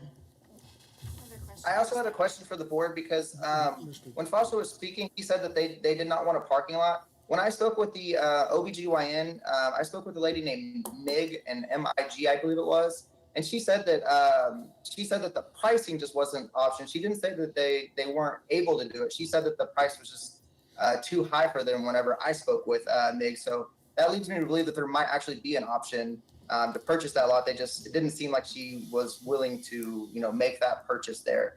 And then the other thing is that, like I was saying, are we going to do anything to prevent the jaywalking? Because I'm watching my window right now, and I just seen employees leaving and walking directly across the street. They didn't go to either side of any sidewalk, and I see this every single day. So I just want to make sure that, like you said, it's a busy street, and making sure that we're taking precautions to keep everybody safe. Jaywalking is out of our purview, so I'll bring it back to the commission for action. I have a question for staff. Question for staff. Go ahead. This is Renee. I was just wondering, Tyler mentioned getting petitions from 11 residents. What is the process for that? Is this a petitionable action? I mean, how does that work? Yes, if there are interests to file a protest petition against the request, that needs to be filed with the city clerk 14 days after the conclusion of this hearing. Okay. So, and there are protest forms available online or from our office, and the landowners will need to then file those with the city clerk. If they're done within the 14-day period, it will trigger special voting requirements for the city council to make the final decision on this thing. Thank you. But that starts after this hearing, so. Okay, thank you. I appreciate that. Can I bring it back to the board for action? We have a question from the boardroom. Okay. Mr. Chairman, I have two questions. Number one is a staff question related to what would be the actual parking requirement. If there's 37 or 40 existing stalls and they got a certificate of occupancy, then they've met whatever parking requirement. But I certainly understand taking on a new doctor changes the dynamics there, but I'm curious, given their current situation, does their parking continue to meet the zoning, the requirement for parking spaces? That would have to be answered by the MABCD to determine if they are in compliance with the required parking. As far as there's not been any administrative adjustments that were issued for this parcel to reduce the number of required spaces. So if they don't have enough spaces, then the occupancy needs to be looked at again, and that would either be fire department or the building department. Second question is, I'm not seeing anything related to lighting, a condition for that, but is there something in the zoning anyway that's going to handle any issue of lighting? The lighting would have to be no more than 15 feet tall, and it would have to be directed down onto the parking area. Okay, thank you. Okay.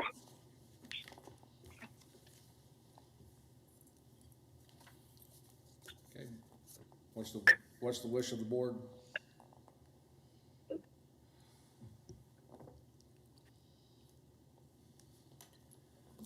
Yeah, Mr. Chairman. We've got Mr. Green. I move that we approve the item as presented. Is there a second? Second. Second. Motion by Mr. Green, second by Mr. Bill Johnson. Any additional questions or comments? Roll call vote, please. Warren, Yes? Green, Aye. Gross, Motion.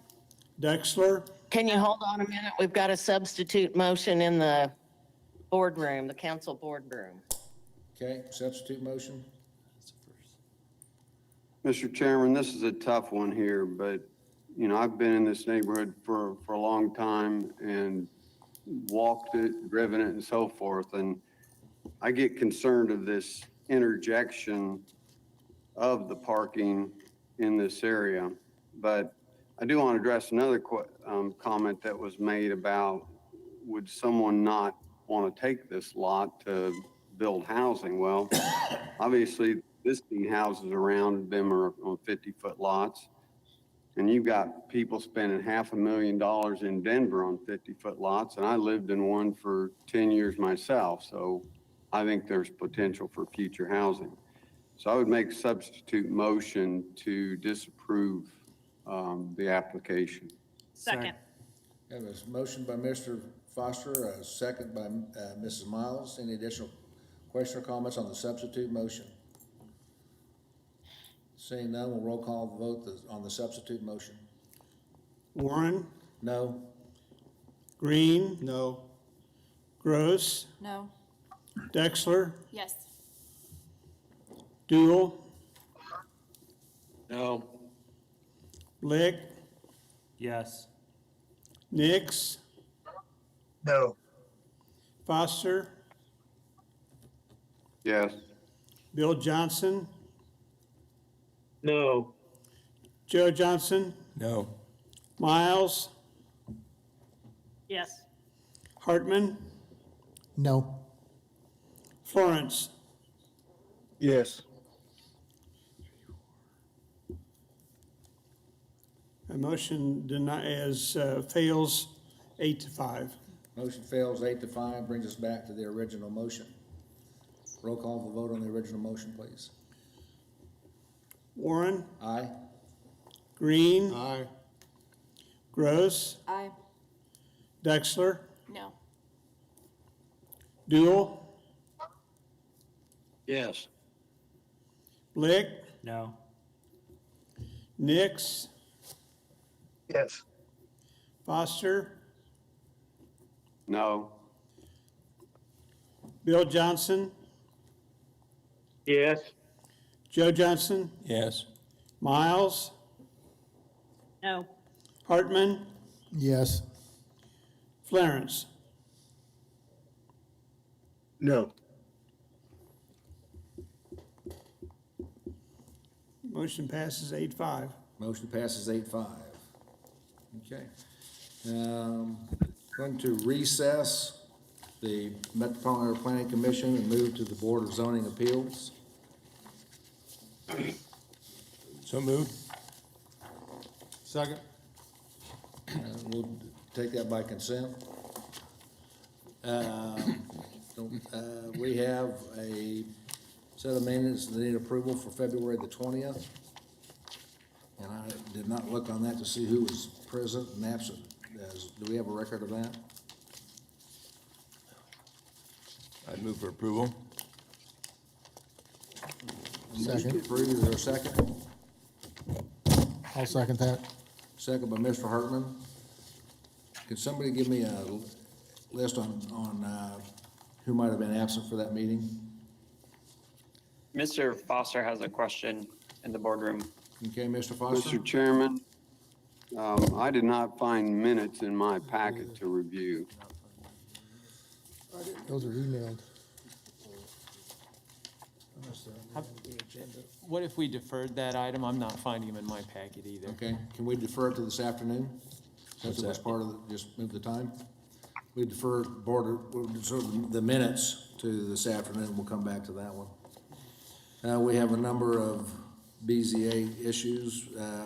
Agenda item number 2 is a city variance to waive landscape code requirement on property located near South Hydraulic Avenue and East 31st Street South. Believe that I want to hear that one, so we will hear item number 2. Item number 3, city variance to permit accessory structure for home occupation for 5 employees. Property located North Broadway and east of 17th Street North. Anybody on the board want to hear that issue? I do. Okay, and that was, who said that? Mr. Hartman? Florence. Oh, Mr. Torrance? Florence? Mr. Terrell? Yes. Thank you. We will hear item number 3. Item 2. And that was number 3. Agenda item number 4, city variance for a sign code permit on property located near west of George Washington Boulevard and East Pawnee. Anybody on the board want to hear that? Seeing none, is there anybody in the boardroom want to hear that? None in the boardroom. Okay, anybody at Century 2 wish to hear that? None here. And there, anybody remotely from another device wish to hear that item? We will take that by consent. Agenda item, no, that was adjournment, never mind. Okay. Is there a motion on item number 4? Move we approve. Second. Second by Mr. Florence. Roll call the vote. Warren, Yes? Green, Aye. Gross, Aye. Dexler, Yes. Duel, Yes. Blick, Yes. Nix, Yes.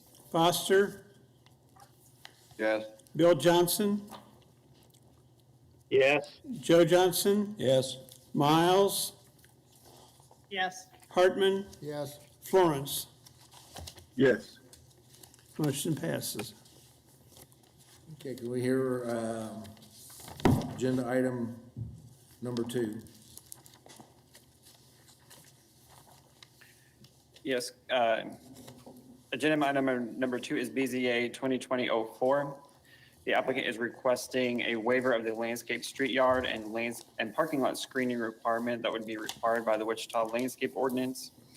The subject property, as you see on the zoning map, is zoned LI Limited Industrial. It's generally located on the east side of South Hydraulic on 950 East 31st Street South.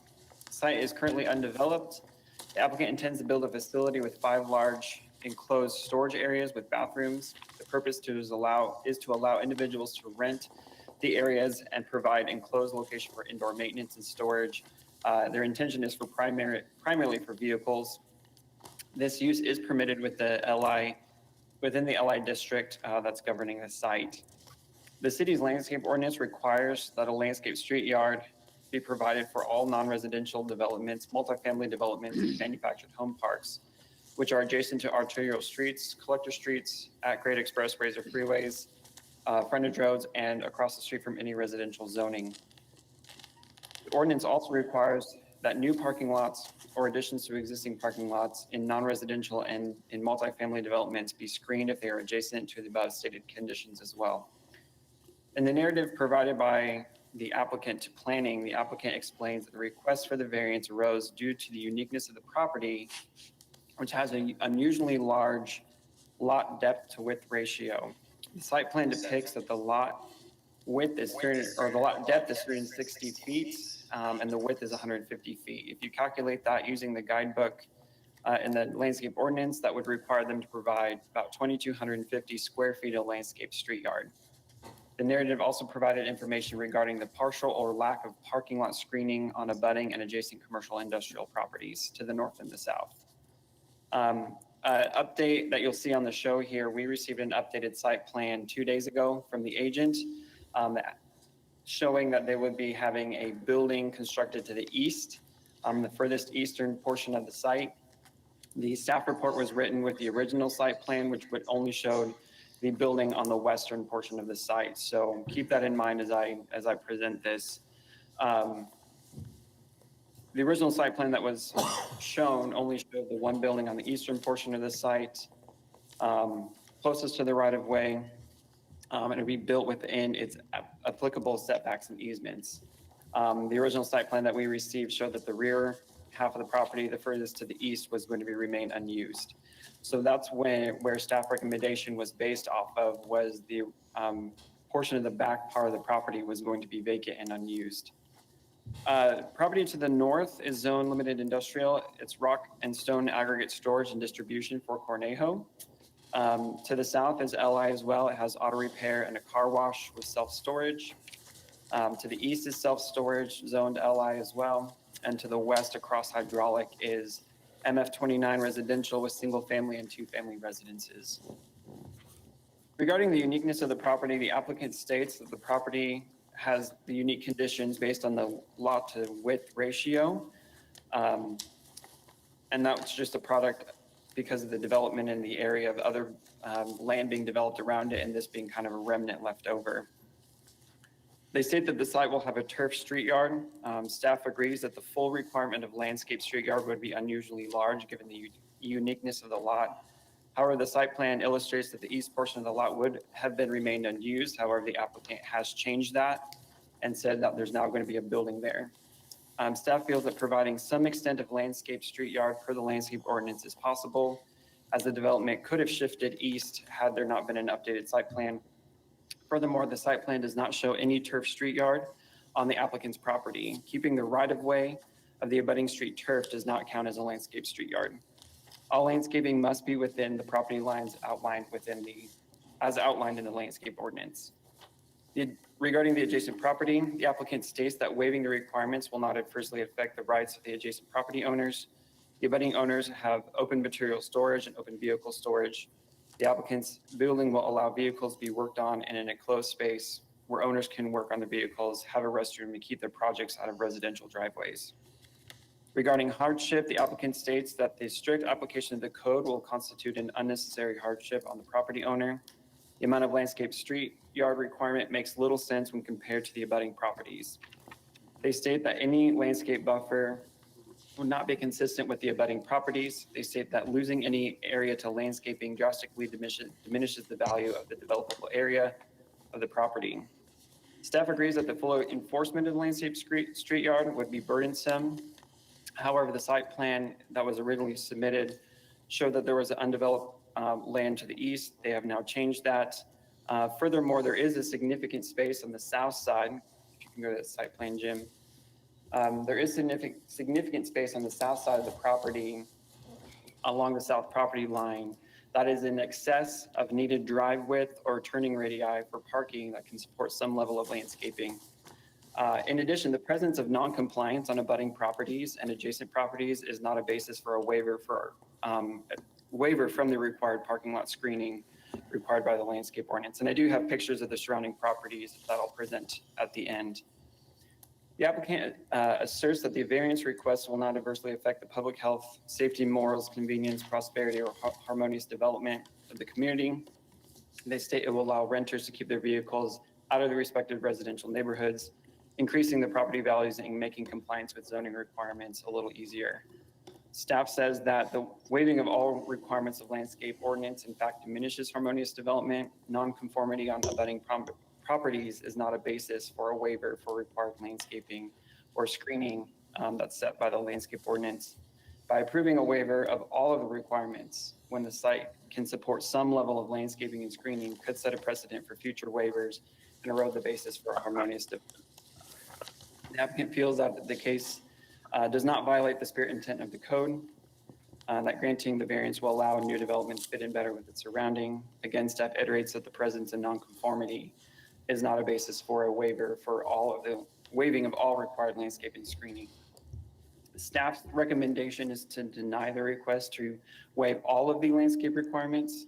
However, staff would recommend at least discussing a minimum of 50% of the parking lot of the landscaping, and that all of the parking lot screening be required based on the following conditions. The applicant would have to submit to planning a revised site plan illustrating the approved required landscape street yard and parking lot screening. The site would be approved by the planning director. The landscape street yard shall adhere to the requirements of the landscape ordinance and shall be reduced by 50%. And the parking lot screening shall adhere to the requirements of the state that are stated in the landscape ordinance. Jimmy, if you want to go to the pictures, we'll take a tour of what the area looks like. This is on-site looking northwest. You can see some of those single-family homes. Go on. This is across the street looking at the Cornejo property to the north of the subject property. They got a masonry wall there, but no landscaping. This is looking to the southeast, south of the site. You can see there's commercial properties that have very minimal landscape or parking lot screening or street yard. You can see McDonald's has a little bit with their bushes. Does not appear that Subway really has any. This is looking directly east at the property, directly south of the subject property. It's the auto repair and the car wash. You can see there's just a few bushes there that are for parking lot screening and no landscape street yard. This is looking at the subject site itself. You can see that it's just kind of left over between Cornejo and the auto repair. And again, looking at Cornejo and along hydraulic. One more view of the auto repair. And those are the pictures. I can stand for any staff questions. Any questions for staff? Seeing none from the council chambers, anybody in the boardroom have a question? Mr. Foster. Mr. Foster? Philip, in the southwest corner of the property there, on the site plan, it shows 4 circles. Do those represent those trees that are north of the auto repair shop?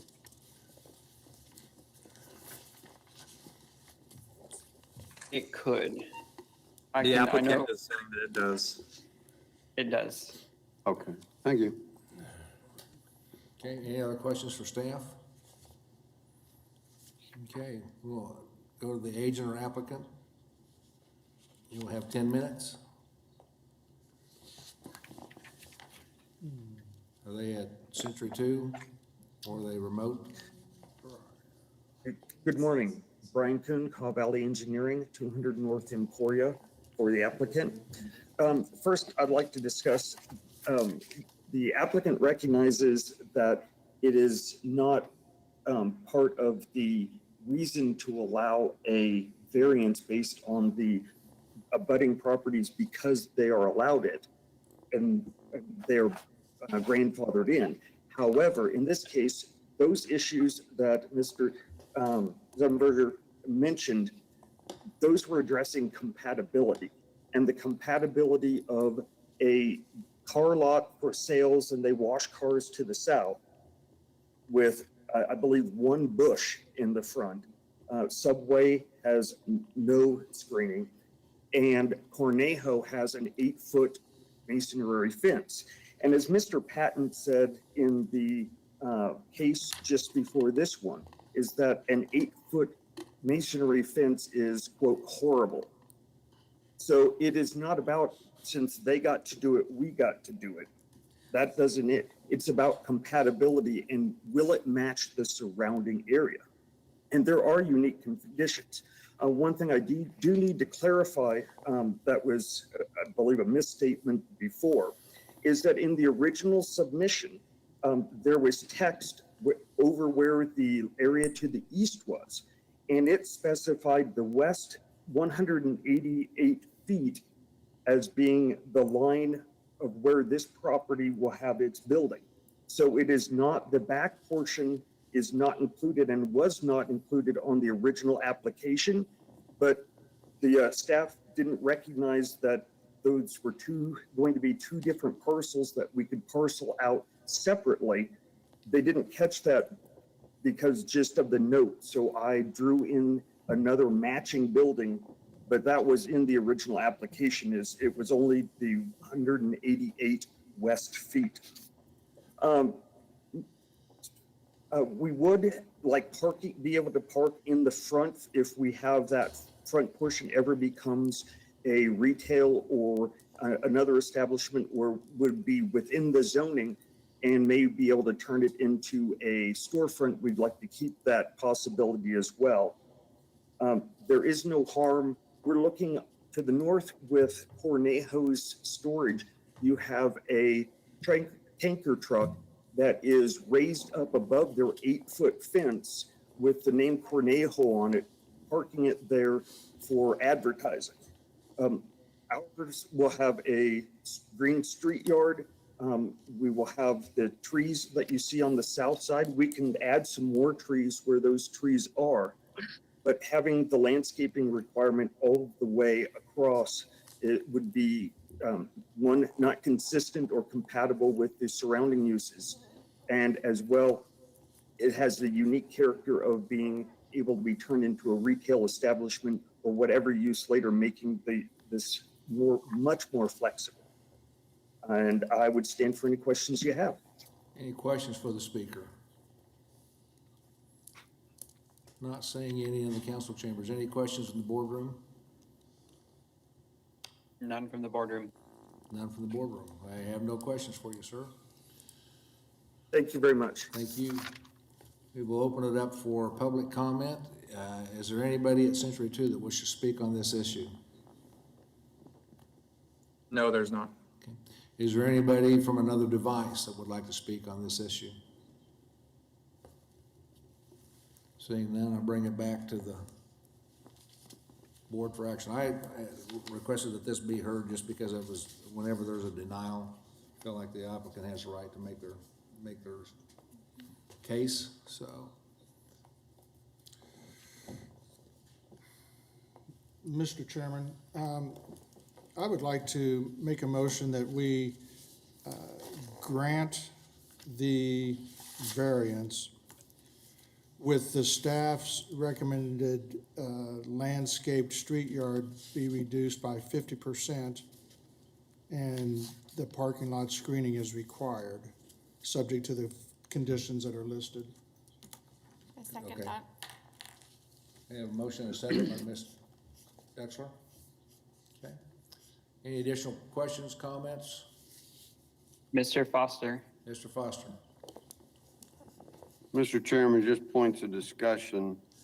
You know, I didn't do the math on whether 50%, but I think they could reduce it, and help me out here, Philip. Did it go down to 8 square feet per frontage? Is that the recommendation? I don't know if that's 50% or something.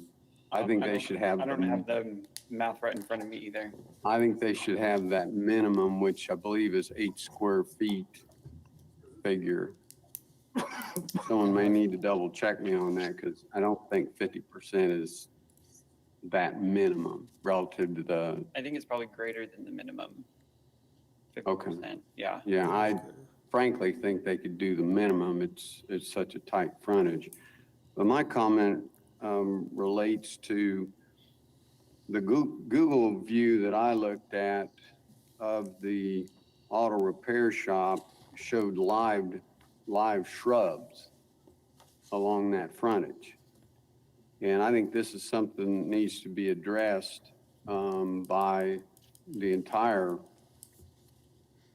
commission or board as well as staff, is properties which become non-compliant with the landscape ordinances are not policed. I have 10 to 12 properties that I drive by every morning that have let their landscape die, or they've chopped down trees or something like that. So I think there's a broader discussion here. I don't know if I need to make a substitute motion, but perhaps the motion maker might be willing to reduce from the 50%. I think that's a little bit strong. So you're But in wanting, general, I do support the motion. you're wanting the motion to reflect the minimum amount that's, would be required landscape-wise? That's correct. I believe it's 8 square feet per lineal foot of frontage is Right. what the minimum is. And that would be less 8 than square feet. 50%? And that would Be be 8 less square than, feet of landscapes per yard per foot of linear frontage along hydraulic. okay, I guess what I would say is that we go 50% or the minimum, whichever is less. That's a That motion. works. Sounds good. Okay. Do we have a second to that motion? Yeah. Second. You second that? I second That that. amendment? Okay, we have an amended motion and a second. Any further discussion? Seeing none, roll call vote, please. Warren, Yes. Green, Aye. Gross, Aye. Dexler, Yes. Dool, Yes. Blick, Yes. Nix, Yes. Foster, Yes. Bill Johnson, Yes. Joe Johnson, Aye. Miles, Yes. Hartman, Yes. Florence. Yes. 13-0. Motion passes unanimously. We have one more item to hear, BZA 2020-000112. Kathy Morgan. All right. This is a variance to allow a home occupation in a separate building. This property is located in the National Register District, the Park Place, Fairview National Register District. The lots in that district, this one happens to be 210 feet deep and, let's see, what was it, 50 feet wide, 210 feet deep.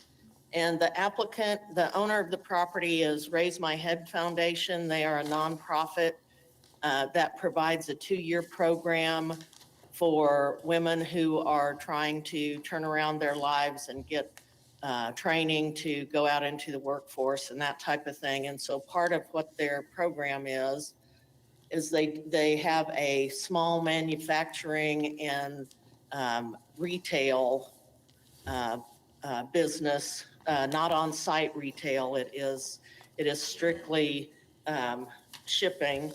And they want to build a separate building because the kitchen inside the house is not large enough to allow the production that they need.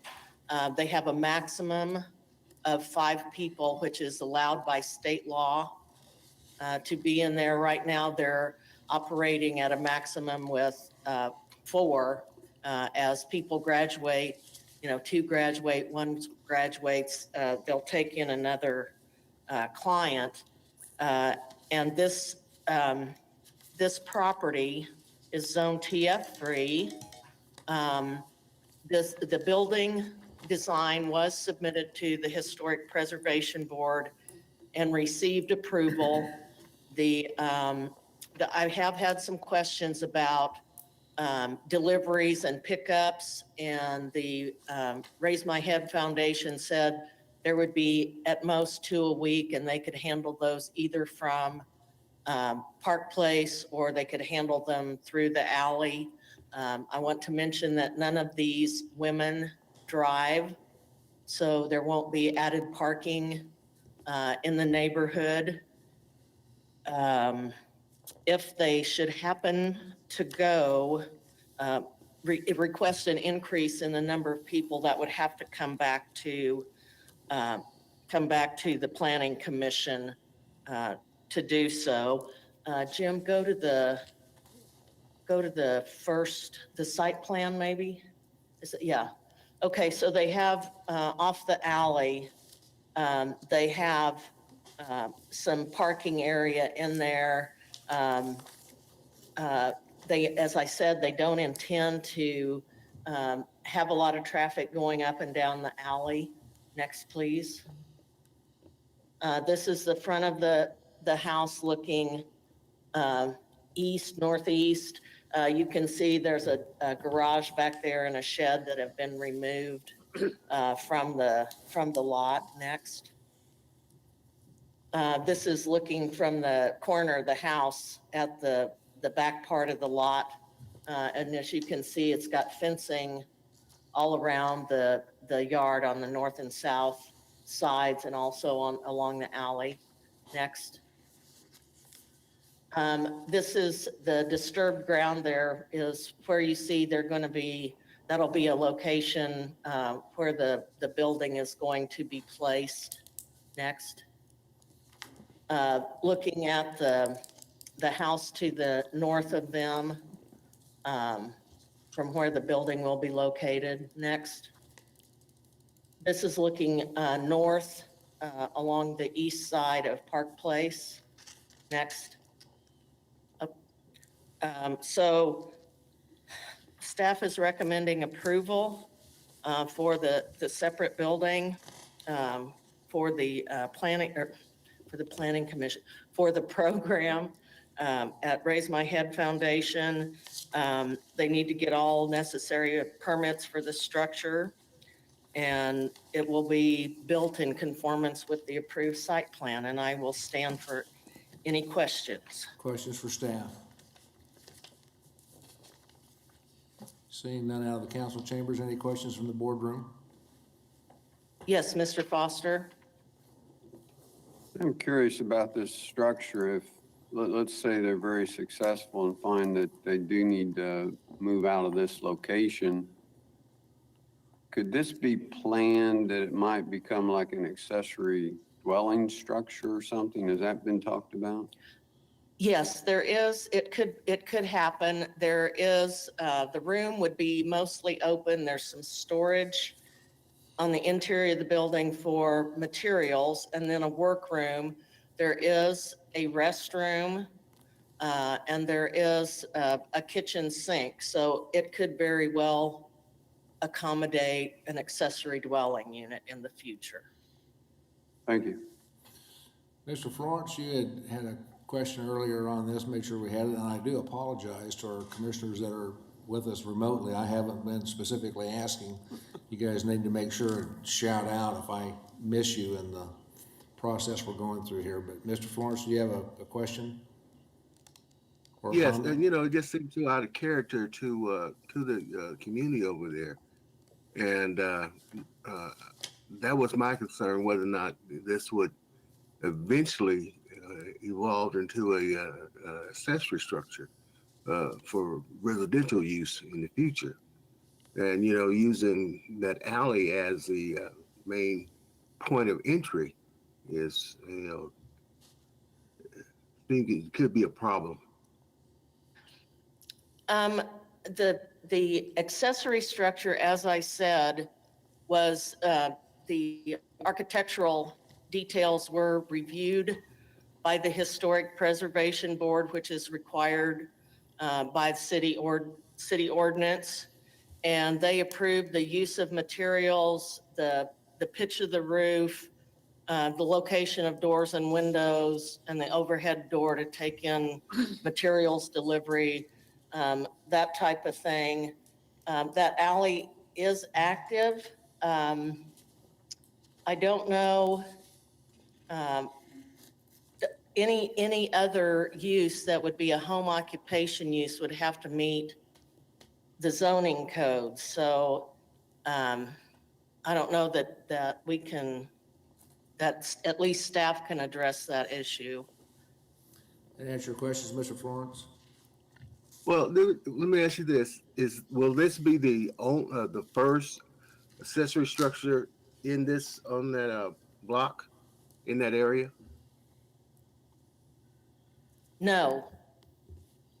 No, it will not. There have been pool houses and other, other types of structures built. There's not been, in my recent memory, not been an accessory dwelling unit put in that area, but it is, it is TF3, so it can be a mix of duplexes and single-family residences. I think across the street and just south, there's a fourplex apartment building that is located within the neighborhood.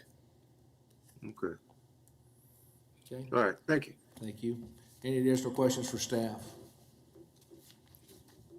Seeing none, is the applicant available, and do they want to make a presentation? They are available, but they don't have anything to say. Okay, are there any questions for the applicant? I do. Well, Mr. Blick has a question for the applicant. Are they at Century 2? Yes, they are. Okay, if they could come to the microphone and podium, and we'll have a question for them.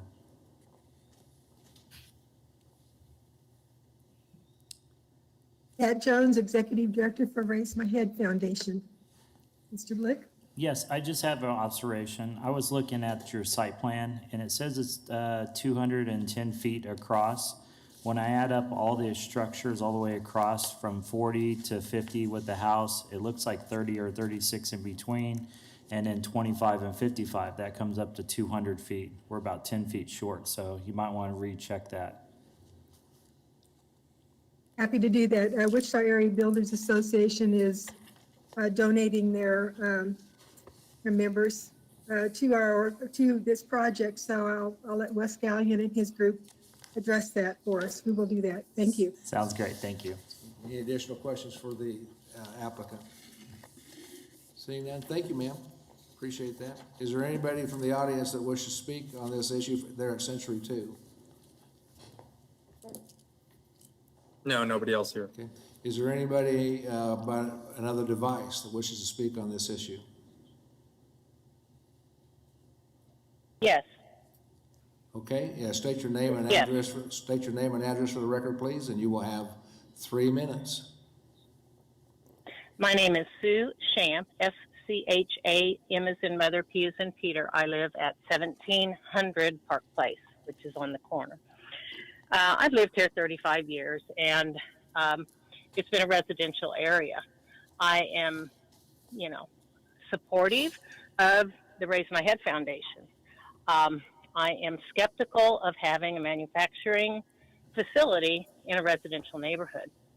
I think it's a precedent-setting move that could allow other people or other organizations to say, well, they make things here, we can too. And that would certainly change the whole flavor of the neighborhood. I just see that as being something that starts, something rolling downhill. There are a number of commercial properties within walking distance of the facility that I think need to be looked at, rather than putting a building that has a footprint larger than my home in the backyard. I have issues with using the alley, because property owners are the ones that get to pay for the maintenance of that alley if the trucks, cause damage.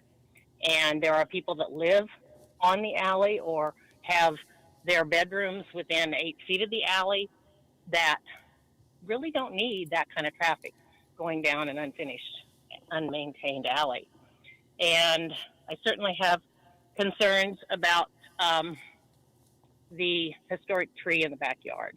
We're in a historic neighborhood, and we've already lost one tree there on that property, a huge mature, tree to this project, and really hate the thought of having a building that large for 4 people to work in, which seems pretty large to me, in a residential neighborhood. Thank you. Thank you. Let me see if there's any questions. Any questions for the speaker? Mr. Blick? I just have a question for you. Have you noticed with this, have they been a good neighbor? Do they keep up with their yard, their landscaping and all that? I have no complaints about that. No, I think they've been good neighbors. It's been quiet. If there would ever be any issues, I know we can call and report it, but to my knowledge, there haven't been issues with thank that. you. I'm just concerned that mostly that it's precedent setting for other people or other organizations to ask for manufacturing facilities in their backyard. And if they have it, then why would you refuse somebody else? So. Thank you. Plus, Just I don't go to my backyard to work. So Okay. I think part of learning how to work is going to a workplace. Let me ask if there are additional questions for you from the council chambers. I don't see anybody in the boardroom want to speak, have a question for the speaker? None from the boardroom. None from the boardroom. Okay, thank you. Is there anybody else out there from another device that would like to speak on this issue? This is Wes Gallion. I'd like to say a few comments if I might. Wes, you've got the floor. You have 2 minutes. Okay, thank you very much. I appreciate the opportunity to address you guys today. We were approached some time ago, as our Home Builders Care, which is a 501c3 foundation, we're approached by entities from time to time to help them accomplish the mission that they are involved in with their foundation or as individuals or whatever else. And the foundation looked at this for quite a while, and we felt that it was worth our efforts to help this foundation accomplish the mission they have set. These women are people that have been human traffic victims. They're not the typical person off the street that may be looking for a hand up or a helping hand. These gals have been they've seen some very significant and serious things in their lives. They're in this program to try to get their feet under them, get reoriented, and get back into the workforce so they can contribute to society and make a living for themselves. I understand the concern about a manufacturing facility. This is hardly that in reality. What it really is kind of a big craft room where they can take what they're doing in the kitchen of the home they're in now over right to the building, to the back of their house. And we were the one that suggested a separate, detached structure because the house is historic, has historic significance, and we didn't want to fool with it and make it something that people might or might not desire in the future if there comes a time when it's sold or whatever else, and that would want the house. And an accessory structure could be put to different uses. But this wouldn't in no way was intended to encourage traffic, encourage people coming by to look at anything that's done. The products that they make, I think, are soaps and perfumes and things of that nature. And it gives these gals an opportunity to do something and feel and improve their self-image or self-worth, or they're going through this program getting reintegrated. So that's why we decided to do it. In terms of parking, we don't care if there's a lot of parking in the back. We're trying to accommodate the ability for trucks to come down the alleyway, which is a public alleyway. It's not private. And the trucks that I am talking about would be the UPS trucks or the FedEx trucks or the Postal Service trucks, small box trucks that would come and make a delivery or pick something up. And it's already been stated the women that are clients do not drive cars. So I don't see a lot really changing. We're going to use our best efforts to not interfere or mess anything up on the site. The big tree, I think, is a mulberry tree. I've talked to some people about that. We're going to stay away from that tree. We'll have an arborist look at what we're doing so that we protect the tree and the root system to the extent that you can. And the other tree that was taken down was lost because it was diseased and was dying. And that's why that tree was removed, not by us, but by the owner. So we would appreciate your support of this effort. I think it's one of those foundations that are doing really good things for people in desperate straits, and this will help them achieve their mission. Thank you, Mr. Wes Gallion. Appreciate that. Any questions for the speaker? Thank you, Wes. Anybody from the boardroom? Seeing none. Okay, any additional speakers out there via remote device? Yes. Yes, state your name and address for the record, please, and you will have 2 minutes. My name is Tim Sackett, and I live at 1720 North Park Place. Our property is immediately to the north of this property. I just want to start off by saying that we have a good relationship with the Raise My Head Foundation board.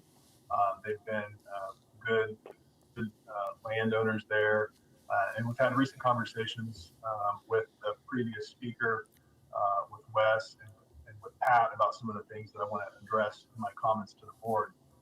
So it shouldn't come as a surprise that we want the board to be aware of some of our concerns.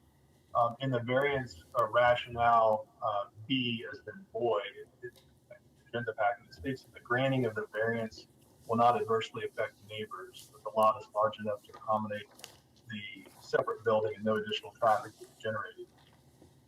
I think that the board should acknowledge in some way that the proposed building along with the parking lot may very well adversely affect neighbors. The proposed design includes the 25 by 40 square foot building, in addition to a nearly 1,800 square foot concrete parking lot, as Wes Gallion mentioned earlier. The alley traffic, while it may not be significant right now, could certainly be significant with a future owner who uses the building for a purpose different than the one it currently is. Right now, there are quite a few ruts in the alley that are created from just the traffic during times when the soil is really wet. So adding some more commercial trucks back there certainly won't help that situation. And then visually, just the idea of a nearly 1,800 square foot parking lot in this residential area is not consistent with the historic nature of the neighborhood. Another concern that we've expressed is the rainwater runoff. So with a 1,000 square foot building plus a nearly 1,800 square foot parking lot, we're going to get excessive water runoff compared to what we get today, which will increase the saturation of the alley, contribute to the ruts. Then also we have some flooding that occurs on the south side of our property. Sir, your time has expired. Could you wrap up in like 1 more minute? Sure. Okay. Yeah. I'll give you 1 minute. Just that there is runoff that will be more runoff with the proposed structure and then the 1,800 square foot parking lot. So I guess what I'm trying to say is that these items in combination with each other should be taken into consideration by the board. That's not an item in isolation, and that if possible, I guess I would urge the board to consider a delay in voting on this variance until maybe some of these items could be fully addressed, such as the size of the parking lot, the protection of the tree, and things that the other neighbor mentioned earlier. Thank you. Stay right there if you would, please. Is there any questions for the speaker? Seeing none from the council chambers, is there anybody in the boardroom that would like to ask a question of the speaker? Yes, Mr. Foster. Mr. Foster? Mr. Sackett, I am curious a little bit more. Could you address, I'm familiar with two properties along here and have noted drainage problems on both of them. And this may be a broader question, but can you think of a method to perhaps minimize the amount of parking needed for this? I mean, I frankly could see this being gravel or some other that's less permanent, because that might need to change in the future, but appreciate your thoughts on that. I don't know if your speaker's muted. Yeah, I sir. think the connection cut out just a little bit, but I think if I, can you hear me okay? Yes, I think there's just a little bit of lag. Yeah, a little bit of a lag, so the voice is not there with your video. He's muted now. Is he muted again? Yeah. Is this better if I There use we the cell go. phone? There we go. Okay, I'll do that. I think that the question, if I understood it correctly, was asking about the concrete driveway versus something that would be more water permeable. Is that the question that was asked? Correct. Yeah. I do think that could make a difference. I guess if there's not, I guess nearly 1,800 square feet of concrete for a parking lot that isn't intended to be used for the current residents, but is only for a couple of deliveries a week, I guess just seemed excessive and contributing again to the runoff. So if the square footage of that parking lot could be maybe significantly reduced, or like you said, something that could be not concrete, that would still allow for some delivery, but not necessarily create as much runoff as 1,800 square feet of concrete would. Thank you. Thank you. Any additional questions for the speaker? Seeing none, thank you. Appreciate your comments. Is there anybody else out there by remote device that would like to speak on this issue? Am I also allowed to make a comment? Yes, well, I'm not sure who it is. State your name and address for the record. Okay, well, this is okay. Sarah Sackett. I I live at 1720 North Park Place. So I'm also just north of the property in question. Go right ahead. Okay. I was noticing on the information we were provided that the maximum occupancy for the new structure was listed as 5, but then later on it was listed as 4 residents. And so I'm curious whether it's possible somewhere down the road that an off-site supervisor could house employees at this property, but conduct business in this new structure. So that was one question. And then I was also curious whether in the future a homeowner could choose to rent that structure. Those were my 2 questions. And then I guess I would just echo that my primary concern is for conserving the residential nature, the historic nature of the neighborhood. By our estimate, the largest outbuilding belongs to the Wayne Mansion, which is also the largest house on our block. And that structure is about 800 square feet and sits at the very rear of the property. So this, by comparison, seems a little out of proportion. I'm concerned that it cuts the yard completely in half and will look oversized in proportion to the lot and to the house. As Sue mentioned, this structure would have a larger footprint than her house, also larger than our house. So it just seems too large. I'm going to have great respect for Raise My Head organization and appreciate them as neighbors.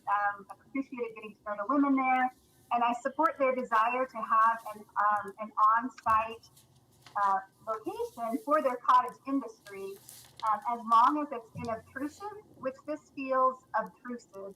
So a smaller building, a smaller parking area, if that's needed, would be more acceptable. And again, just preserving that tree there, in addition to the large tree that was cut down earlier this spring, there are also 4 fruit trees that would need to come down to accommodate this building. So it would just be sad to have all of the trees disappear from our Excuse neighboring me, yard. your time has expired. Your time has expired. I'm sorry. We will ask the agent or the applicant some of those questions.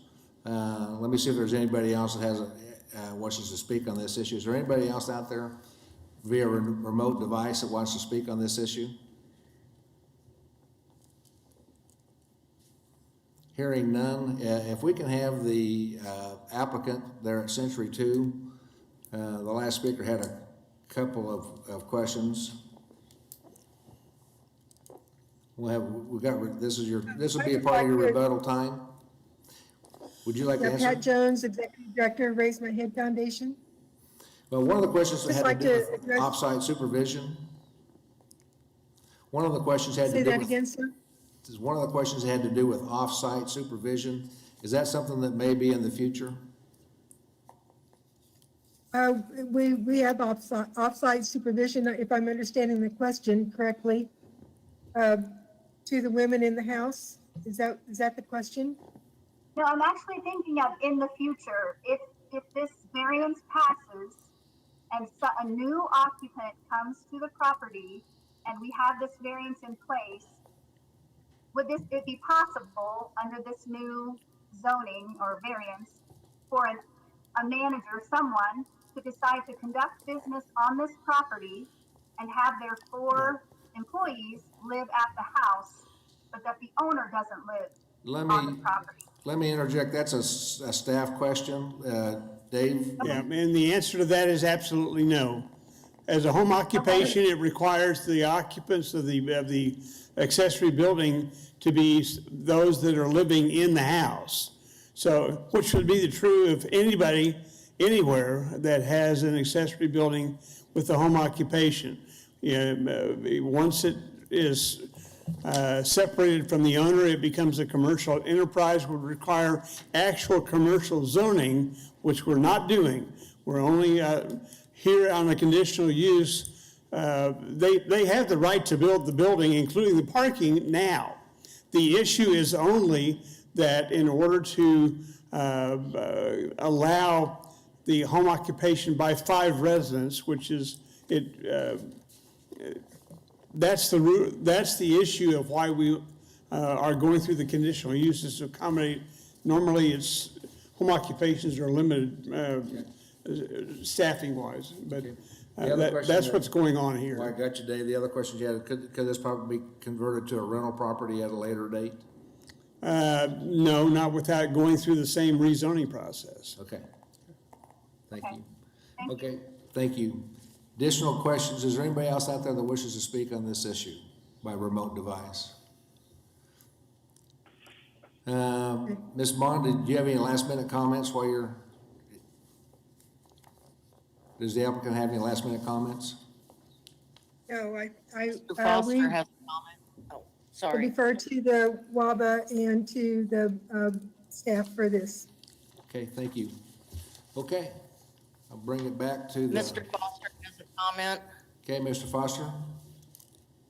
I do have a question for the applicant, please. Okay. I don't know if they can hear me, They but should my be able to hear you. question, Go ahead. it's a two-part question. The question is, the 1,000 square foot for the size of the structure, is there some flexibility in that might be reduced to 850 square feet, or does your process require you need that 1,000 square foot for the footprint? No, actually, main part of this, the center of it will be work table, where the women can assemble the things into the containers and to get them ready to ship out. But I don't know, I defer again to Bob about that. They're the architects of the projects. It seems like we might be able to cut that down. Then a follow-up question is in your process for the product, is there anything that would create a fire hazard? No. None whatsoever, no. Thank you. Thank you. Any other questions? Bring it back to the board for action. Motion to approve. Yep. Motion to approve by Mr. Blick. Is there a second? Second. I'll second it. A second by Mr. Hartman. Any further discussion? Yes. We got Mr. Foster. No, Bill Johnson. Oh, okay. Well, Mr. Foster first and then Bill Johnson. Mr. Foster? I noticed in the recommendation from staff and the conditions, I don't see it addressing the issue of compatible architecture. And we're not talking extravagant here, where we get into a lot of historical details, but I think there ought to be a condition in here that there will be an effort in the scale and the treatment of the structure and some of the materials, that it be compatible with the principal structure, especially if down the road it becomes an accessory dwelling. Then second item would be, I would really be interested twofold. Dave, what is the square foot for an accessory structure that would be allowed? Is it up to 1,000 square feet? There's not an upper limit. It's whatever the lot size will accommodate. Okay, well, I might suggest that be investigated to get that down to about 850 square feet, because it does really bisect the property. Then the final item is, I would make a suggestion that we look for methods to minimize the impact of parking, whether it's reducing the size. I don't think it should be concrete, frankly. I think that's putting something in there that's very permanent and is detrimental, not only drainage-wise, but aesthetically, and would limit landscape treatment. So I would make those three suggestions: compatible architecture, consider less square footage, and then minimizing the impact of the parking. Okay. Hang on to those thoughts.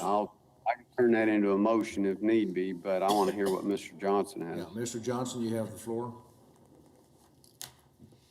I'm going to support the original motion, but I guess I want to make a comment that just because we're approving this day, we're doing it because of certain reasons. We're not just going to rubber stamp anybody that wants to do something like this. And that's what this commission's for, to look at each case on a case basis. I feel very confident with the Home Builders Association, very involved in this project. They're not going to do anything that's going to hammer the drainage, whatever. So I'm going to support the motion. Thank you. Any other comments, questions?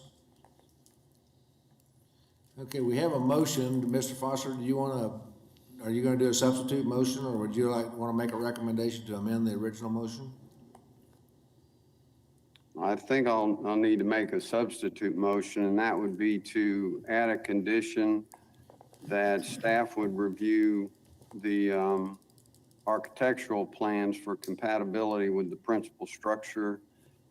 The second would be to investigate reducing the square footage and the needs of the foundation to reduce the square footage of the structure. And the third would be to investigate methods to minimize the impact of 1,800 square foot of concrete to fill up that back portion there. That would be my motion. I would second it. Would be approved. Do we have a square footage number on the drawing that has been presented? About 1,000. Okay. Can you put we're gonna talk about a number, let's throw a number out there. I like 1,000 square foot. Let's just keep it to 1,000, but that's just me. Okay. I seconded his motion. We have a, yeah, as but stated. there wasn't a number on it. It was just to reduce. Just reduce. Yeah, he suggested 850. Was that a part I'm of just investigating to reduce, because you want to meet the needs of the foundation. So, but if they don't need that much, then I think it'd help the neighborhood and compatibility issues. Could you leave it then as a maximum of 1,000 square foot, but investigate reducing? I think that's a good idea. Yeah. Okay, so that, your motion would be to a maximum of 1,000 square foot, but investigate going smaller? Is that your substitute motion? Does the second agree with that? Yeah. Okay, we have a substitute motion, And, Mr. Chairman, if I may, to clarify, architectural compatibility with the house is fine. Okay. And I was going to raise the issue about that it should be a maximum of accessory building size, because you can't say, well, just investigate. Right. That's not enforceable. As far as parking surfacing, within the code, you're allowed to have gravel as opposed to concrete or asphalt. So if the desire is to specify that as an option, I would recommend do that, clarify that, and allow it to move forward, rather than just investigate it. Again, that's too nebulous. It needs to be clarified what you're doing. Mr. Foster? Just to clarify, what I'm not recommending due to cost would be an impervious pavement condition or pavers and gravel or that kind of thing. So I would follow Dave's recommendation there and put the gravel as an option for the pavement. I'm okay with that. Okay, we have a substitute, have an attorney comment. I just wanted to comment that the number one provision of Mr. Foster's motion talks about the staff looking at the compatibility of the, and I just want to recognize that the Historical Preservation Board, having sit on that board, is very detailed about going through that. So at least this motion should recognize the considerations and requirements that the Historical Preservation Board placed on any modifications to this. Does the motion, as you've heard it, meet that standard, or do we need to modify our motion? I would like to say that, they can look into it, but they're going to have to defer to whatever the standards and conditions the Historical Preservation Board has already placed on this. Okay, we will incorporate that in as a part of the motion. Is that okay with you, Mr. Foster? I'm very confident in the Builders Association ability to make this work, so yes. Okay, does the second agree with that? Yes. Okay. Staff, are you clear on the motion? Yes, sir. Okay. Mr. Blick? Just a discussion. Wes, are you on the line still? He may be muted, so give us time to unmute him. Okay. Yes, I'm on the line. Question I have for you, Wes, is basically what Mr. Foster is asking, and that's the standards of the facade. Being you the expert of the site plan and donating your time for this, and then also asking the question about the square footage, and then also the parking, with the gravel. Are these three topics with your expertise, are those doable within that site? I think so. We're going to rely, and always have relied from the very beginning, on the advice of the Historic Preservation Board regarding compatibility of the building with the existing home. We don't intend to go back there and just build a shed that, looks like a shed. That's not our intent at all. We want to make it compatible architecturally and otherwise. As far as the size of it, that's really up to the foundation, the Raise My Head Foundation. We can make it any size they want. As far as that goes, I think 1,000 square foot is doable. I wouldn't get too much smaller than that, because when you put a bathroom in an 800 square foot building and some storage and things like that, it gets filled up pretty quickly. But that's up to you guys and what you'll support. As far as the parking goes, that proposal that all that be concrete was just put in there. That is not, we don't have any dog in the fight in terms of how much parking or how little parking you guys want to require. We are fine with gravel in there because I think it's a proven substance that will help with drainage and that sort of thing. So not a big fan of a lot of concrete if you don't need it.